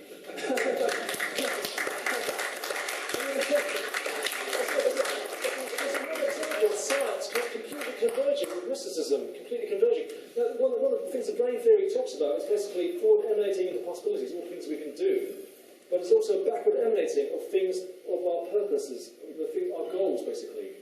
So in the same way the universe has a kind of purpose and destiny, we kind of visualise law of attraction, kind of destiny, and we kind of realise it. So that's the idea. So, Prophecies are based on... sorry, just take a question of my friend there. No, up to you. Wasn't one of Morphy's ideas that as soon as a future event becomes inevitable, all the variables in place it's going to happen, then it will start sending rituals back to the present. That's right, yes, that's right. That's exactly right, yeah, that's exactly right. In fact, a talk I saw about it, Jeff Torrickson is the guy who's really promoting this, destiny wave idea. The mathematician who came up with this older guy. But in the talk I saw the other week, actually, he mentioned Hawking's work as well. Yes, exactly, yes. I mean, it's basically, these ideas are far out. Paul Davis actually is working with these ideas. He calls it, not even an idea, he calls it an idea for an idea. And really, it's so exciting because this idea completely converges with mystical religion. Completely. Sorry. What if the prophecies were misinterpreted from day one? I think that's exactly what's happening. I think exactly what's happening with prophecies, what's happening on dispensationalism. I think that's fantasy. Jehovah's Witnesses thinking Jesus is going to appear. The last prediction was made in 1975. Didn't happen. Obviously, they're constantly being reinterpreted. And also, constantly, one of the reasons why prophecies are banned is a good reason. I actually had it in my notes, but I didn't talk about it. A good reason why prophecies are banned because, say in Islam, it was embarrassing because too many false prophets appeared that declared themselves the Mahdi and failed. In early Ismaili Shia Islam, almost every generation, some guy says, I'm the Mahdi, the end of the world is nigh, and it doesn't happen. So basically they suppress it, and they make a kind of more kind of magical version of the Mahdi to stop young blokes becoming these subversives. And also in Judaism, Shabtai Ziva in the 17th century said, I'm the Messiah, and then basically everyone believed them. So everyone saw the positions to move with the sign. But my point is, if you set a rocket to go to Mars, and it's 0.0001 degree out, Yeah. if this is Mars by about 1 million miles or whatever, the same thing can apply to these prophecies. Oh yeah, okay. interpretations, they're all going to be wrong or even further wrong. So the whole thing could be complete wrong. No, there's loads of interpretation. I agree, and that's why you have to really go to the original sources. No, there's also a very practical element to these prophecies. No. There's on one level you can say, oh, this is complete mumbo-jumbo. But there's a very practical use for these prophecies. That's for basically giving people a narrative that gives people hope. So even if people think it's mumbo-jumbo, I don't think it's mumbo-jumbo. Actually, I know that, and I understand that people see into the future to make prophecies. And it's a very compelling case you can make for people to say that the prophecies are now. And we can argue about, is prophecy real? Is it true? Is it misinterpreted? And but there's a very practical purpose we can put these prophecies to, and that's giving people a narrative to explain what's happening in the world today. Now, the Church of England doesn't do prophecies. There's a reason for that. It's because the English Civil War, Oliver Cromwell and also the New Model Army, they're basically fanatical apocalyptic Christians. They believe in providentialism, which is the idea that we instigate the second coming of Christ. Now, with the restoration of the monarchy, okay, so Parliament's established now, Oliver Cromwell's been executed or whatever, basically the monarchy has been re-established. They banned on, punishable by imprisonment, not death, the idea of speculating about Christ's coming. But then the Bible constantly says you must wait for Christ's coming. So the Church of England does not do prophecies. I know, because I worked in the Church for 10 years. No, the Church of Rome, really. Yeah, and the Church of Rome, yes. And, completely. Because it's subversive, because you don't want people declaring themselves the second coming of Christ, because they start new religions. Like Jesus Christ declared himself the Messiah, and he started a new religion. You can't have that happening again. Anyway, so basically, the evangelicals, they pack them in by talking about prophecies, because they're interpreting the present in terms of a very... It's really powerful. No, it's a method of controlling people to get these prophecies. Well, yeah, so in the here and now, there aren't any prophecies. It just is. Well, yeah, I mean, you've got ISIS using prophecies for their own ends. Well, I guess what I'm doing here, I do completely believe in the prophecies. I believe this is an interpretation of the prophecies, which is positive. And I think you can't really, say to people, you must abandon the prophecies. People have this illusion that you can somehow start a secular revolution in ideas. You can somehow start a kind of atheistic, movement in reform. Because, it's maybe a surprise to a lot of people in Western countries. Well, actually in Europe, actually in England, but most of the world is very, very religious. And even like a survey in England found that even people who don't go to church, they consider themselves spiritual. That's kind of striving for interpretation. If you're going to give people an interpretation of world religion and also prophecies, that makes sense. That makes absolutely perfect sense. It's like Stephen Hawking saying, the singularity is effectively apocalyptic. It's the end of humanity. Now, he's not being a raving, kind of dispensationalist or Christian, but he's saying something amazing is going to happen. If you're going to weave to that happening, even the second humanists talking about, the singularity, if you can weave prophecies around that, I think that's a very powerful picture that you can give to people. That's actually one of hope. And you have all these interpretations of the prophecies, like dispensationalism, which is really causing the planet to go to pot. You better give people a better interpretation. With prophecies, we first start off from a point of truth anyway. Yeah. And what happens is that part of it is spiritually, socially engineered, and to a point where we have a destination meeting with a rock in space. You know about the asteroid. You know about the yeah. So if the prophecies aren't going according to plan and the end is nigh, there is an asteroid. 3 years time. You are 160, 370 meters is going to be nudged in the direction of Earth to fulfill the prophecy. Do you know what? We better terminate the talk. We've only got 3 years. Let's freaking get it. Just answer quickly. Okay, these are about to the technological singularity. We can knock them into out the sky. Well, they say they haven't actually got the nudging mechanism to get it out of the way. They they can nudge it towards us, but they can't actually nudge it away. You know, we're going to make all the nuclear weapons on the Earth with one great big firecracker. We're going to fire the meteorite. They said that's not allowed. They're not allowed to do that. Didn't work for Bruce Willis. I'm going to draw this. How wonderful it's been to us. Like, how lovely it reflects our grey matter. How enamoured I am of Wai's conceptualisation of these like massive subjects so that we can steal some of his knowledge for a couple of hours. I'm honoured that he came to talk to us on his world tour. So Well, absolutely, absolute pleasure. technically this is a stepping